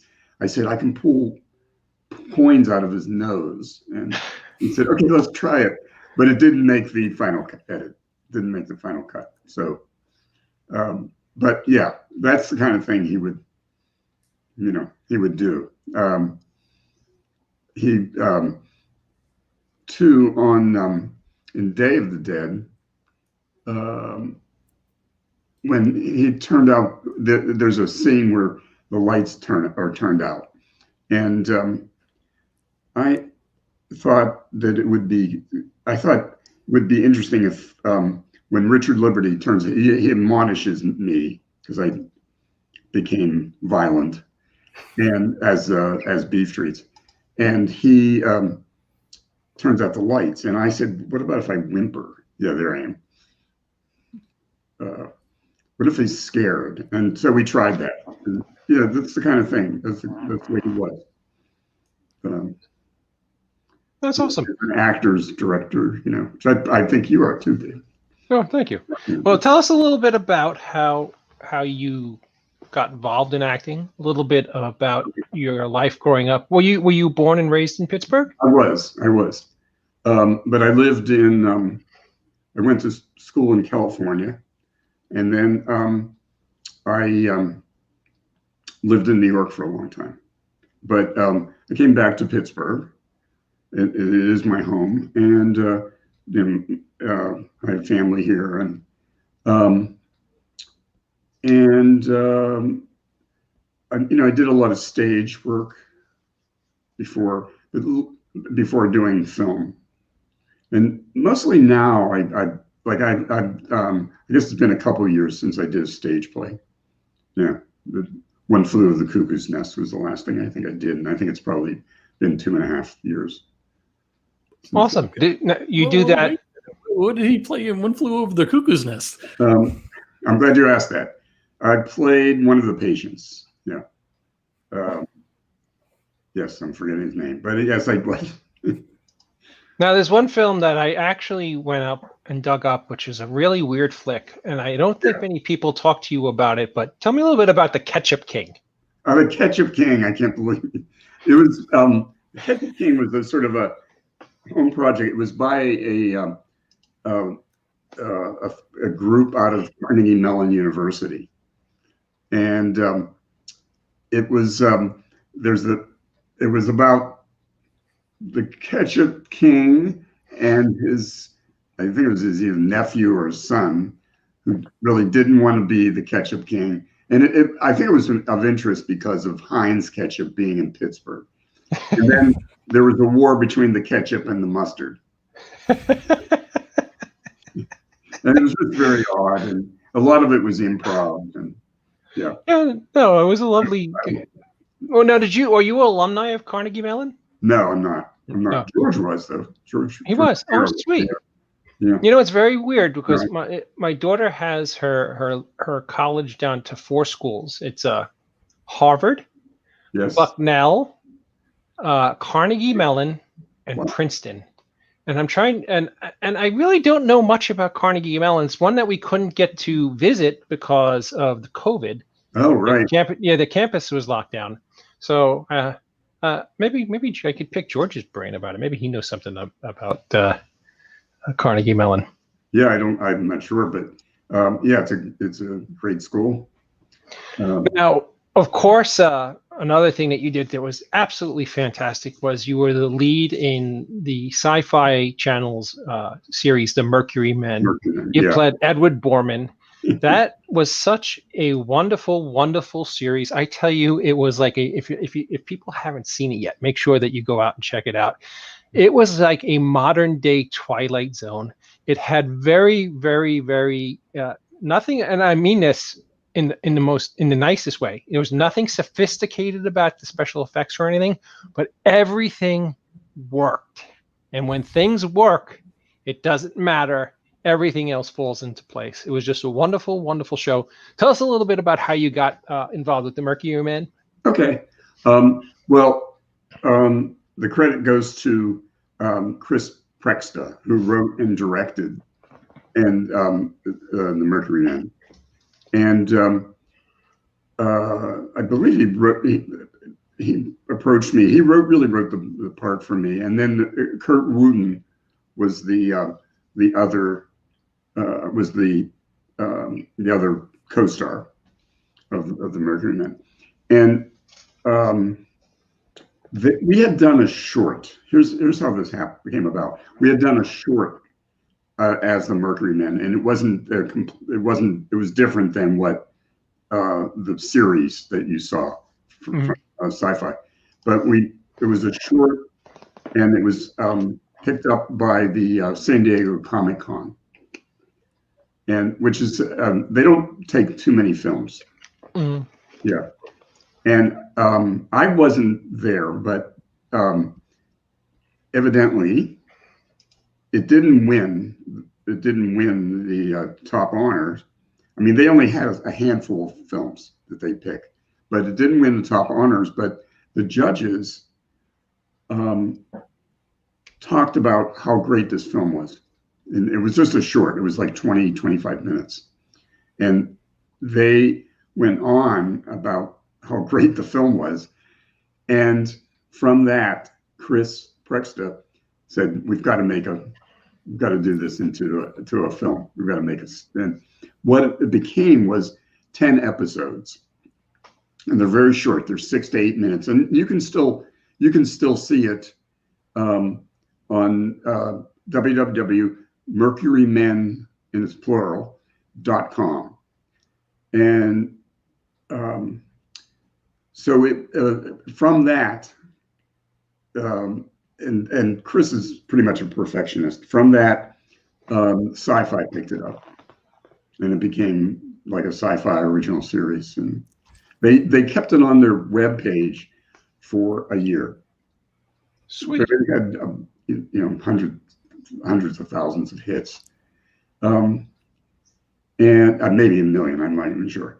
They really wanted a season 2, but from what I understand, but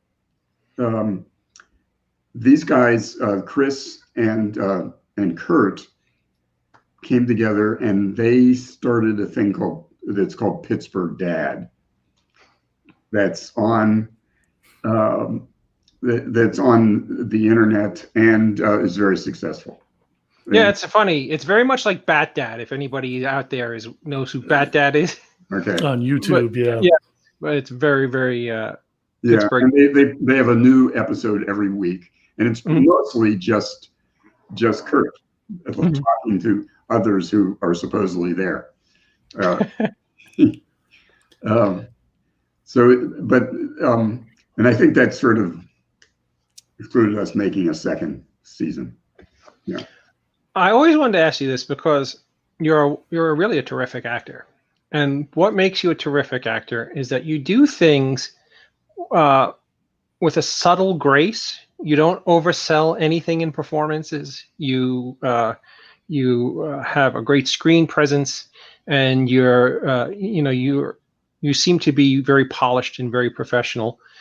Where or who inspired you to become an actor, and what actors you think had the greatest impact on you as a young man? Well,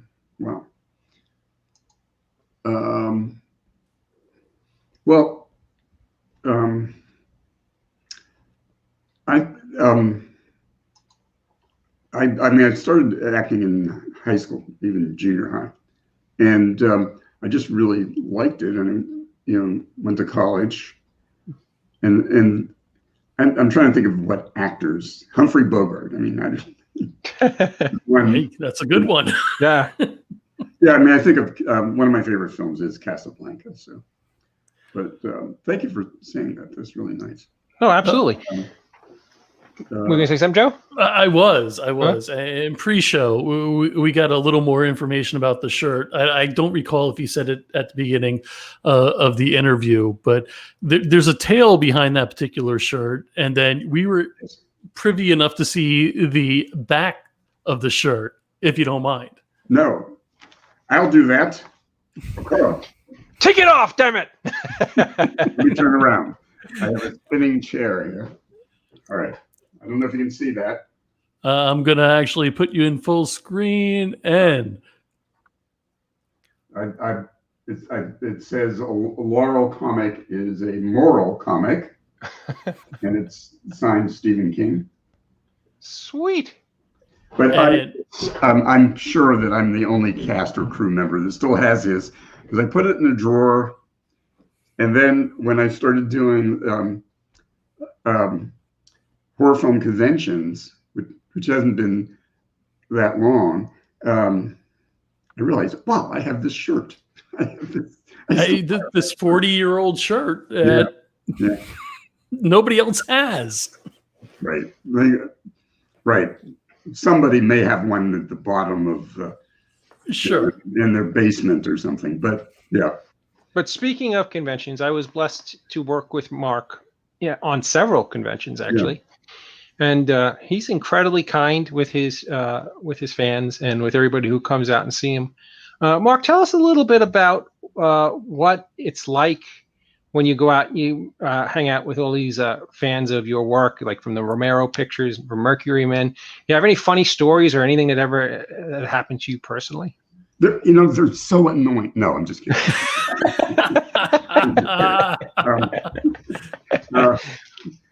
Let's see. Well, I can tell you one of the things we were talking earlier about the picture behind me, and that is from a convention that was, there it goes, convention called the Weekend of the Dead that was in Manchester, England, and Marcus Lewis and his wife Tracy Lewis put on this convention once a year, and this was the Day of the Dead reunion that they had put together and flew us all over. It was in Manchester, England. I think they did pick Manchester because it's cheaper than putting it on in London. But it was a great experience. It was a 2-day convention, and there's beef treats right there. And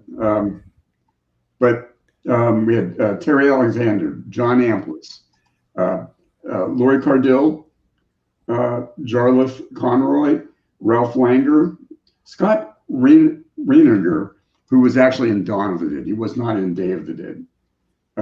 Chris Romero, John Russo, Russ Striner, and me. Wow. It was all over. Yeah.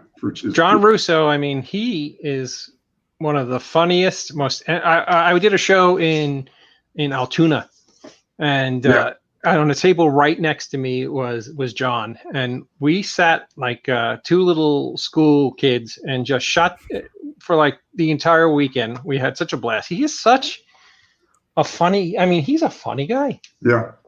Yep. All right, so we got a comment here. Who wants to take it? Mark reunited with Laurie Cardill for The Milkman 30 years later. Whoa. Yes.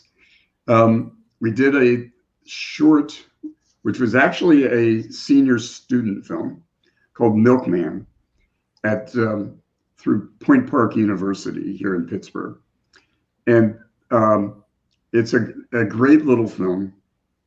I played the milkman. Lori is my sister, and I'm a small town. Lori is the postman, the post person in this little town, and everybody knows the milkman, you know. And then something happens, and people start dying. People start dying. Stuff happens. People start dying nonchalantly. You know, postman, milkman. Right. We get it. Like the great Max von Sydow said in Needful Things, these things happen. Right. It's not my fault. I am the only milkman. But so it's a great little film, and it won. There's a young people's film festival in Seattle. I think it's called Nifty. I think it's called Nifty, and it won the award there. So sweet. Cool. Yeah. See, unfortunately, we're not young, so. Well, I didn't. The three of us forget it, but we wouldn't even be allowed to attend. Yeah. So it did very well, won several festivals. But it is a really cool film. Now, my friend Dave Petty, who I think you know, did a film called That's Amare with you. Right. And I just seen it recently, and I will say that is a funny film.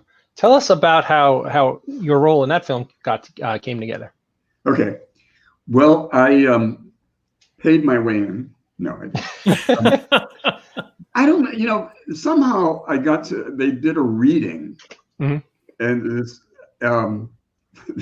and that was like at least a year before they were shooting, and I somehow got involved in the reading. I may have answered an ad or something, and from that, he seemed to like my work, and he cast me in this role. And a lot of what I did in that role was just improv. Yeah. Yeah. Well, it was funny because you had great comedians. Because he plays a dentist, and he is actually a dentist. What a stretch. And he's a great guy. And he plays a dentist. It's a love story, falls in love. And I'm a patient, but I'm really nervous. And I'm in his waiting room. You know, so I have a very small part, but yeah, it's funny because in your part, I think you channeled your inner Jerry Lewis. I think I did. If anybody gets a chance to check out that movie, That's Amore. I think it's a brand new film, so check it out if you can. It's a wonderful work. Mark. Yes. I have some dear friends of mine in the green room who are I think friends of yours who'd like to join us. Do you have a few more minutes to stay on the air with us? Yeah, I guess so. No, sure, of course. Yeah. Mr. Ridgely, are both gentlemen in the green room, and are they available to come on? Let me see. Mr. Schiaffo, are you available? Mr. O'Halloran, are you available? Yes and yes. Okay, without any further ado, ladies and gentlemen, Uncle Scott and pop culture icon Brian O'Halloran join us tonight. What's up, guys? Hey! Good to see you again, Mr. Tieno. Good to see you. Now, all you gentlemen know each other from the road, correct? Scott, you know Mark? Not remember what show it was. It was quite a while ago. Yeah, it's been a while. Yeah. But could it have been Casey's show? Yeah, I think you guys. Yeah, it was a Casey. Yep. Altoona. Altoona. Right. Yep. Good. Good to see you, Mark. All of you that don't know. Yes. Brothers. Yeah, actually, I think Brian, I think you, me, and Mark went out to dinner after one show together, as I recall. I might be wrong. I believe so. I've also seen Mark at a couple of the Horror Hound conventions. Yeah. Maybe even a couple of the Monster Manias as well. When I was touring with the Brutal Massacre group, it got into a lot of the horror cons. Right. And that's right, because we went out to dinner. You guys snuck out and left me with a check. Thank you. It was I'm just kidding. it was all Brian's idea. No idea what you're talking. I wasn't even supposed to be there. So I see what you did there. So, Mr. Schiaffo, I wanted to ask after your big announcement last week, how's everything going with your Mark? Scott just announced an audio book that came out last week. Oh, cool! And that's how did everything work out with that after last week? Oh, really well. I want to thank everybody for all the support. So many people reached out. We had been holding off on promoting the Audible for the hard copy CD that comes with the really nice 20-page booklet of all the new artwork, but that's really being kind of hung up in the proofing stage. So I figured, you know what, we'll just let's promote the Audible, because they're very different animals anyway. Somebody who's going to want the tangible CD with the booklet, it's a separate thing from the Audible, and there's some people who are just Audible junkies. So I figured let me start promoting that it's out on Audible. It's going well. It's getting some wonderful feedback. It's exciting. Now, Scott, is it true? I read somewhere online that it's already been banned in Canada. You're not allowed to hear it in Canada. It's just what the internet has been saying. The book got stopped at the New York border. Yeah, the Amazon truck was not allowed to. See, Mark, don't you miss this crazy kind of camaraderie on the road? For those long-time listeners, new-time viewers, they'll get the joke. Can I tell that story, Scott, or is that something that you? Go right ahead. No. The story is, Mark, is that Brian and Scott were going to a show in Canada, and they were driving through upstate New York, and they wouldn't let Scott into Canada because of a problem with his passport. So that's what they were making. Oh, I see. Okay. And the link to the audiobook is the story is somewhat told in the book, thus it's not allowed in Canada.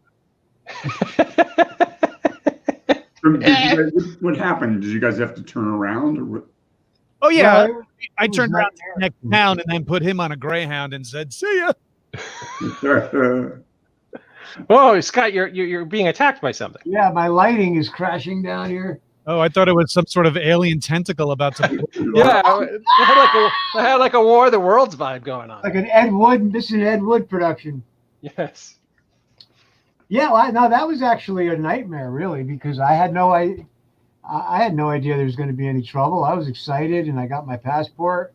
It was the first time I had never left the country before that, and it was terrible. And it was definitely DEFCON 1 for you. You were in full-fledged meltdown, angry, and I was thankful that I was able to somewhat calm you down. And the other thing that was beneficial is that the bus did have internet the entire way home.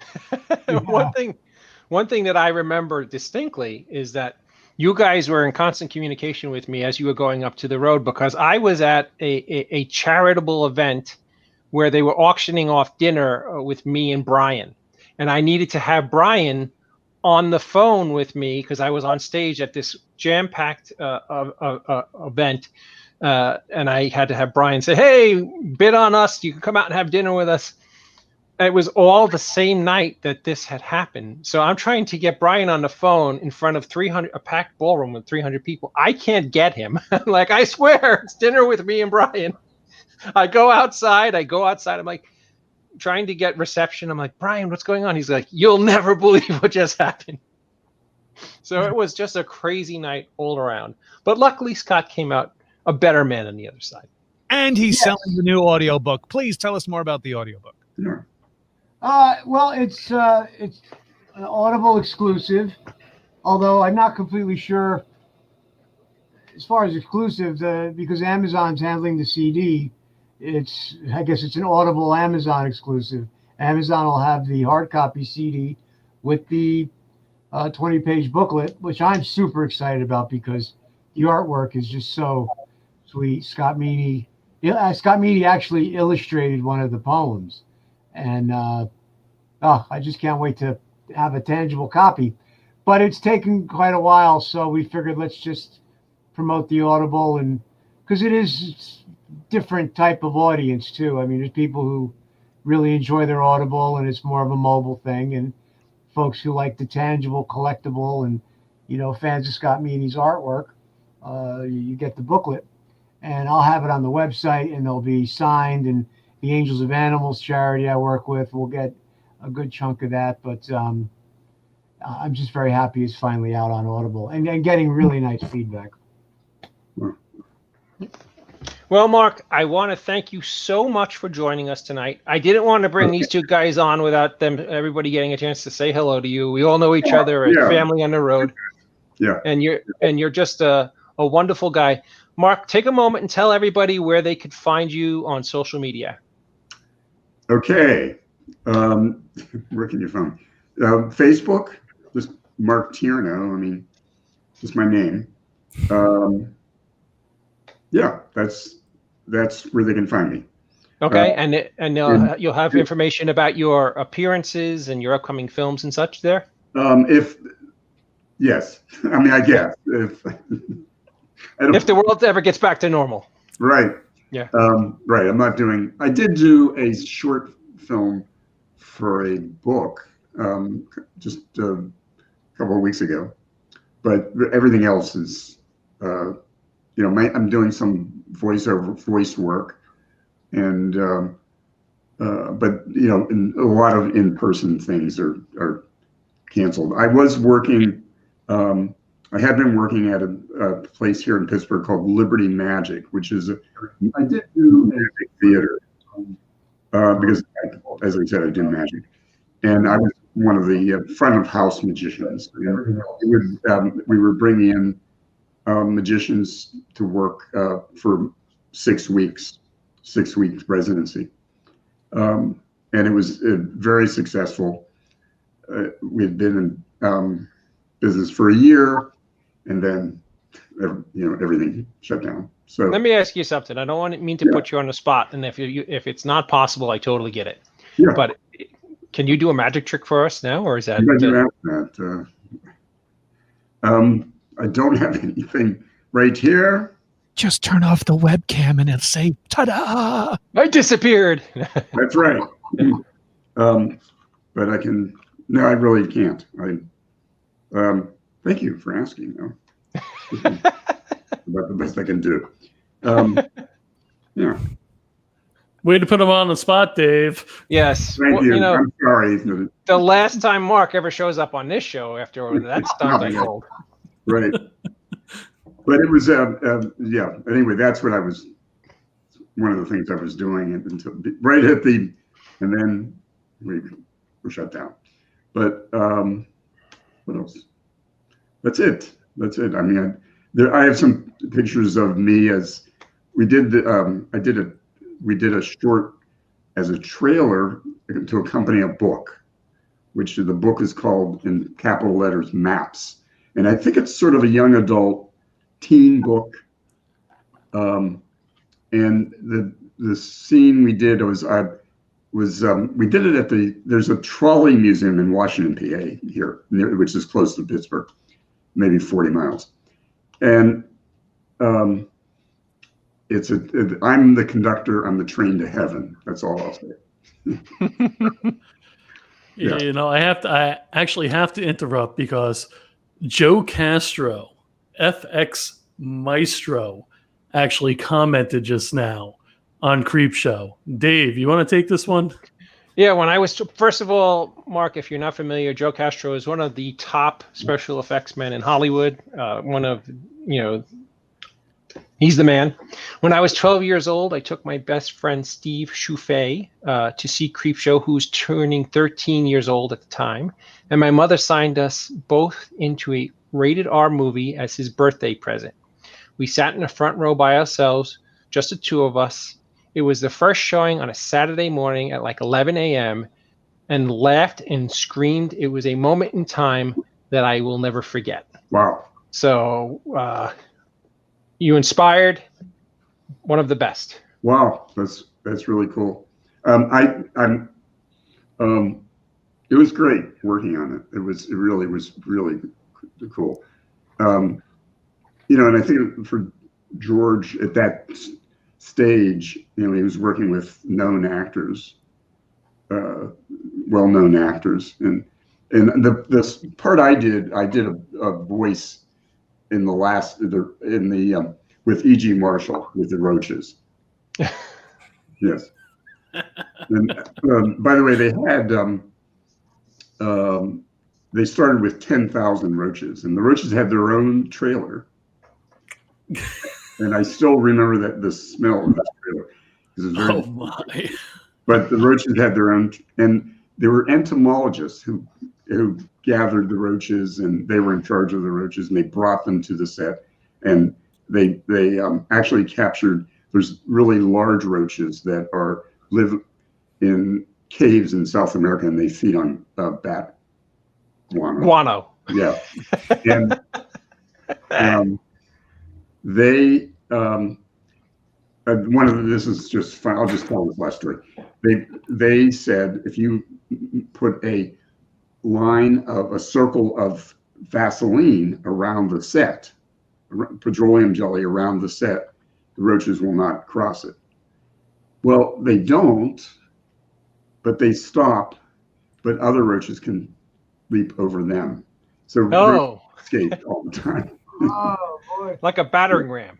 Yeah, and one of the things E.G. Marshall said was, because they asked him, doesn't it bother you to have these roaches around?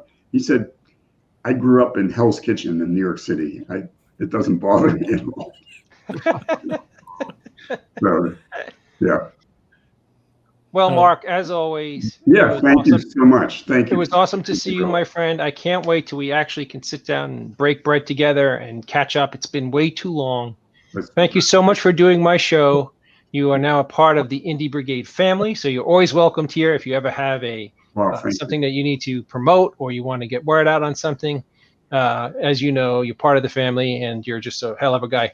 Thank you, Mark. Thank you very much. Thanks, guys. Thanks, Joe. Thank you. Good night. Brian, see you guys. Be well, Mark. Oh, ladies and gentlemen, Mark Tieno, just a wonderful guy. David, you want to read this one? Dang it, Joe and David and the rest of y'all are all getting more handsome the older you get. I will take that as a compliment because I don't feel all that handsome, but thank you. I could use. But it's coming from Joe Castro. Well, I mean, yes, there you go. I get all the help I can get. So, Mr. O'Halloran, I know that you have a big show of the O'Halloran coming up. Why don't you tell us a little bit what's going on? Yeah, I've been taking a couple of weeks off, if not a little longer, just working on some other projects, actually. And then also changing up some equipment and changing up some setups and working on some other things with some other people. But we're back. We're coming back on the 6th of October with a big show. I'm going to have writer, director, producer David Vincent Bob from a movie I was a part of called Right Before Your Eyes. And Right Before Your Eyes is a wonderful story about a man who's in the grips of alcoholism and hits rock bottom. His wife leaves him, taking their young autistic son with them, and you see the struggles that he has trying to get back with his family and to get back straight, sober. And it was great being a part of that. It was shot in the southern Jersey part of New Jersey, South Jersey, and they are going to be going on Amazon Prime and DirecTV, and also on Spectrum Cable and many other cable outlets that he'll be announcing that night as well. So it'll be a fun show. We're actually going to start early, and we're going to start on a different day. That's the 6th. We're going to have a bunch of cast members, may even have a musical guest play one of the songs from the movie. So it should be an extra large O'Halloran, which you can find on Facebook and on YouTube. So that'll be a lot of fun getting together with those guys. Otherwise, this past week, Kevin had an opening of a pop-up movies down in Red Bank, New Jersey. They had a month run out in Los Angeles where you could actually go to a movies and get yourself a cow tipper or an egg-a-movie muffin. And the Red Bank guys really had a great setup. They had 2 inflatable Bluntman and Chronics. I had some of the food myself. Got to hang out with Jay, with Ernie O'Donnell, and Kevin himself. And then that was on a Friday night. And then later that night, I went and was a guest on his Jay and Silent Bob Get Old show, which was held at the Bell Works in Homedale, New Jersey. Ming and Mike were there as well. They were I guess you could say, the opener. It was a drive-in movie setup. Everybody sat in their cars, turned on the radio to a certain radio station, and it was a lot of fun. Sweet. Tell us a little bit about what the movies is like. Is it similar to the way it was portrayed in the film, or is it totally like a different kind of thing? No, it was similar to how it was set up in the film. What it is it's a restaurant in Red Bank called Gianni's. It's a Italian pizzeria and restaurant. And they were kind enough, the owners there were kind enough to reach out to the folks who do this. There's a company that does this regularly. They set up different pop-up themed restaurants that are based on different themes. Like they did a diner from Saved by the Bell. They did the chicken joint from Breaking Bad in a couple of locations. And it's just a fan interaction experience. Plus, Kevin, inside the actual restaurant, they also had a counter set up with all his swag and memorabilia that you can buy at the Secret Stash. The Secret Stash in Red Bank, the comic book shop, was also all open, and Walt, of course, was there. Brian Johnson was there. It was a fan palooza, so to speak. I was there for Friday, stayed down in that area on Saturday as well, so I was there for Saturday as well. And then they took reservations all week. You can go to moviespopup.com. They sold out literally the whole reservations before the first day it opened. And then they actually opened up a couple of extra slots. And then what you would do is you take your food, either go home, or you would sit out front. There was like 10 picnic tables set up, socially distanced apart. Mm-hmm. People cleaning the tabletops, the hand sanitizer, and the whole nine. But it was a lot of fun. I mean, the interior was decorated like a Movies. Like you went into the restroom, and there was a Movies poster in there. And the guys at Gianni's in Red Bank there, Gianni's Pizza at Red Bank, were really awesome. And they were like, we'll do this anytime you guys want. So now I know the company had been reached out by other restaurants from other cities now saying, hey, bring it to us. You can totally use our restaurant. Bring it to us. So I know that they've talked to a few cities. I know 2 of them are very serious that they're going to be moving on to next. Which ones they are, I do not know yet. But it was a fun time. And I got dressed up in, I literally, that's a shirt that I wore in the actual movie. And I dressed up. I got my movie mask from the Legion M, the good folks at Legion M. People kept asking me, where'd you get the mask? Where'd you get the mask? I got mine from the Legion M people, who are one of the producers of the Jay and Silent Bob reboot movie. And it was a lot of fun. And I've also been working on in hanging out with Jay, and Jay has always been saying this. Him and I also talk video gaming quite a bit. And he's always like, come on to Twitch, man. You got to come on to Twitch. It's a lot of fun. And so I'm going to probably be setting up my own. I have my own Twitch channel, which I'll be broadcasting in the next week or so. It'll be simpler. It's not going to be interview based. It'll be just me, and then doing some video gaming, perhaps also streaming some of the interviews from the O'Halloran. But it's something that I'm learning a lot about what Twitch is about. I know I sound like a complete noob, and in the sense of like kids are like, Twitch is like 7 years old, dude. Where have you been, Gramps? But it's something that I was a hardcore video game player for many, many years. And so getting back into it. So I've been playing with Jay Muse on his Twitch channel the past couple of nights, and it's been a lot of fun. So. And it's not just for games anymore. No, it is not. You guys are streaming on it as well, I see as well. So it's going to be fun. And just so going through their Twitch school, to figure out all the terminology, what you can do, what you can't do, raids, the whole 9 yards. And it's quite an education, to be honest. It is a learning curve compared to Facebook, YouTube, and absolutely. It's not just hit a button and go. Now you gotta like answer things like subs and bit puts and all sorts of craziness. And but and the you video got to hit certain criterias, and it's once you're in that cult, it's like, keep working, you. Why you drop free time? That's not allowed. By the way, Scott, I have my hard copy and treasure it. Oh. Treasure it. And then I realize as I'm going through it, it is not autographed, whatever. Yeah. Which that's means sacrilege. Which means I must have stole it off your table. I don't. So Scott and a few of us were talking, and we may do a live feature of the audio. Or should I not mention that, Scott? Sorry. What? No, we talked about it I guess when it comes out. Maybe there'll be a party on David's show. A party on David's show, a party somewhere to get it out there so everybody can hear it. Well, I'll tell you, waiting on the artwork's kind of been driving me batty. I think they're just really backed up because of COVID, and usually the turnaround time was supposed to be 10 business days, and it's like 60 business days now, and the tech support doesn't really have a concrete answer. But I'm happy the Audible's out, and that's very cool, and it's exciting.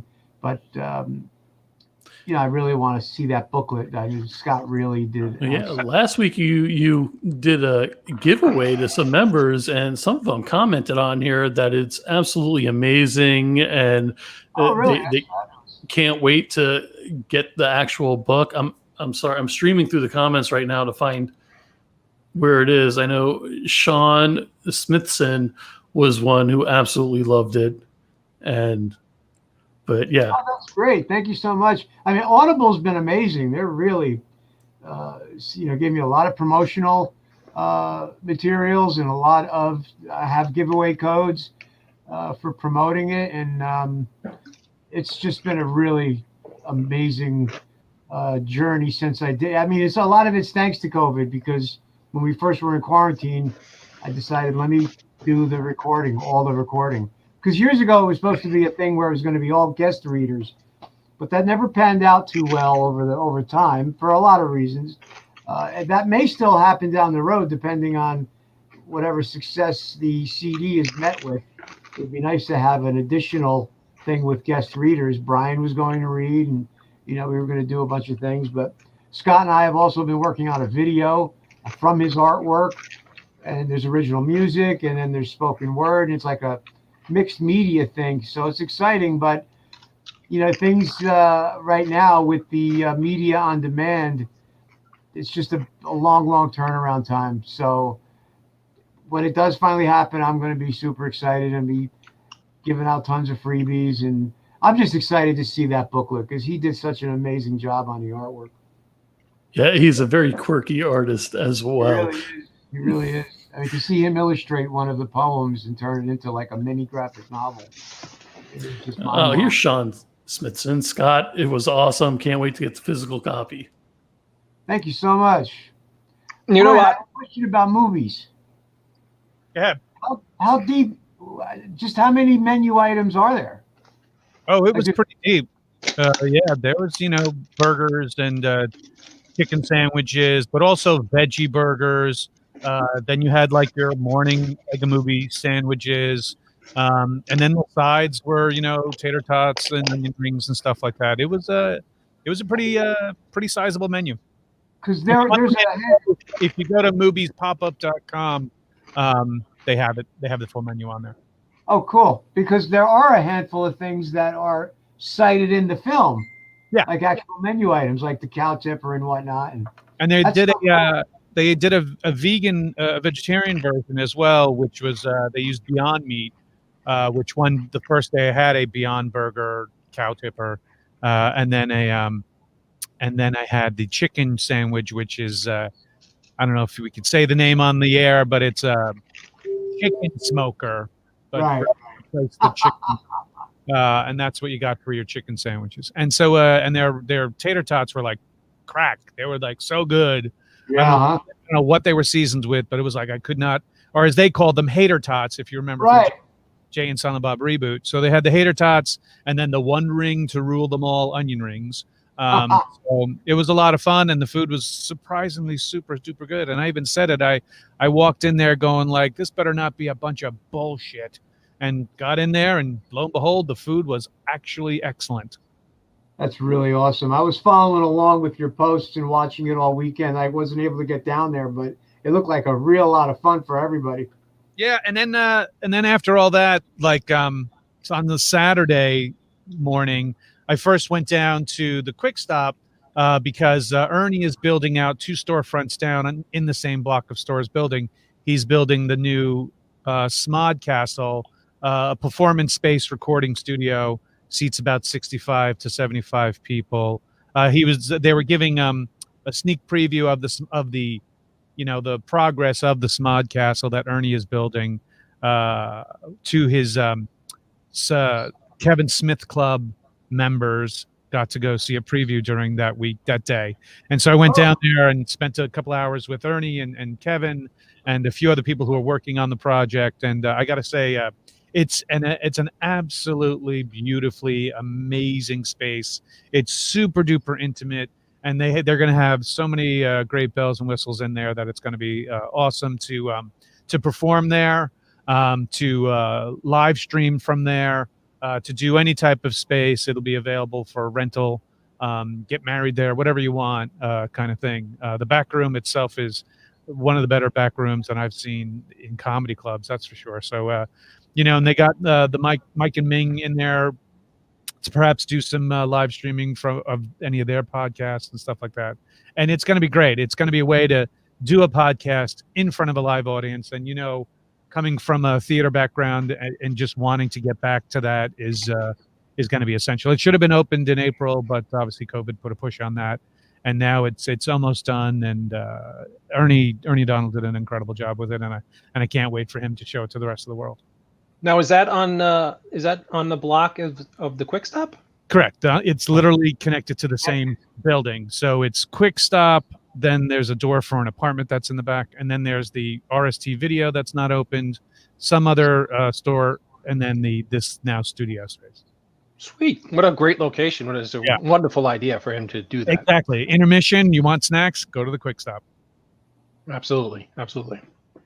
Well, gentlemen, as always, I'm honored to call you two my friends. I'm really, really humbled by the wonderful work that both of you are doing. Your Audible book now, Scott, your new film, Brian.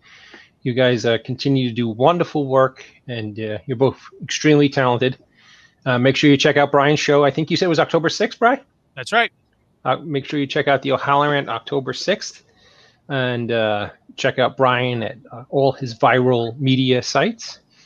Mr. O'Halloran, thank you, my dear friend, for stopping on tonight. Thank you for the invite. And Scott, always good to see you as well. You too, sir. And hopefully the two of us have something to announce in the near future as well. So very cool. Yeah. Be well, Mr. O'Halloran. Thank you, guys. Brian. Good night. Uncle Scott, we got another one in the books. We survived somehow. Nice. I don't know how, but we did it. Yeah, anything you would like to say before we pot this evening? No, I'll tell you, I wasn't sure I was even going to be able to make it. I got a hold of you earlier in the night. I was actually shooting scenes in our River Edge house for an indie I'm working on. And we started uploading clips from the River Edge house, and the internet is subpar from here. And I couldn't leave everything while it was all posting. And I thought, oh man, I don't know if this just goes on and on. I might actually miss, because I haven't missed an end of the night in quite a while. But yeah, I got back in time and it was great. Mark was, what a sweetheart of a guy. What a really sweet man. Very humble. Great interview too. Yeah. And as always, Mr. Schiaffo, Uncle Scott, thank you for joining us tonight. And I will see you next week, hopefully. Yes. Going to have another mind-blowing guest, so make sure that you're around. Very good. All right, gentlemen. Good night. Thank you so much for all the support. Great seeing you, Scott. Well, there you go, Joe. That's all she wrote. What do you think? That's it. That's it. I have to go in. I have to go into my conservatory and eat my rice pudding. You were eating chips on the show. Yeah, salty and sweet. You need to have a combination. Is that why you muted me? Was I chewing too loudly? Are you freaking kidding me? Yes, it was very loud. Like obnoxiously loud. I didn't even think you could hear me. I apologize to Mr. O'Haller and Mr. Schiaffo if I was chewing too loud during. It was a great mic. Pringles have crunch. Go ahead and get your plug for Pringles. No, I didn't think that you could hear me. So I apologize to you guys. I would never do anything disrespectful while you guys are on the air. I didn't realize that you could hear. So my humblest apologies. If you like this show, you can watch me, Brian, and Scott right now on Amazon. Oh, thank you, Brandon. In our new film, Wit's End. A lot of people, well, thank you, Libby. A lot of people seem to really dig this movie. It seems to touch a lot of people in these trying times. And Joe, come back. Did you leave? There you go. I will, as I say every week, this train wreck of a show, which I say lovingly because we have so much fun, because we, you get to literally hear like a bunch of friends talk, and you get to learn, and you're just part of the family like we are. And you're always welcome, everybody who watches this show. Just I am Joe, and ask him to come on if you have anything to say. Especially, we'd love to hear from you. And Joe, I want to thank you as always for making this ship roll, making this train go down the tracks, because it doesn't. None of this, the entire brigade, doesn't work without your tireless efforts and everything you did to build what we have here. So thank you, Joe. I greatly appreciate that. And I also want to say this with my friend right next to me. Remember, no man is a failure who has friends. Good night, everybody. We'll see you next week.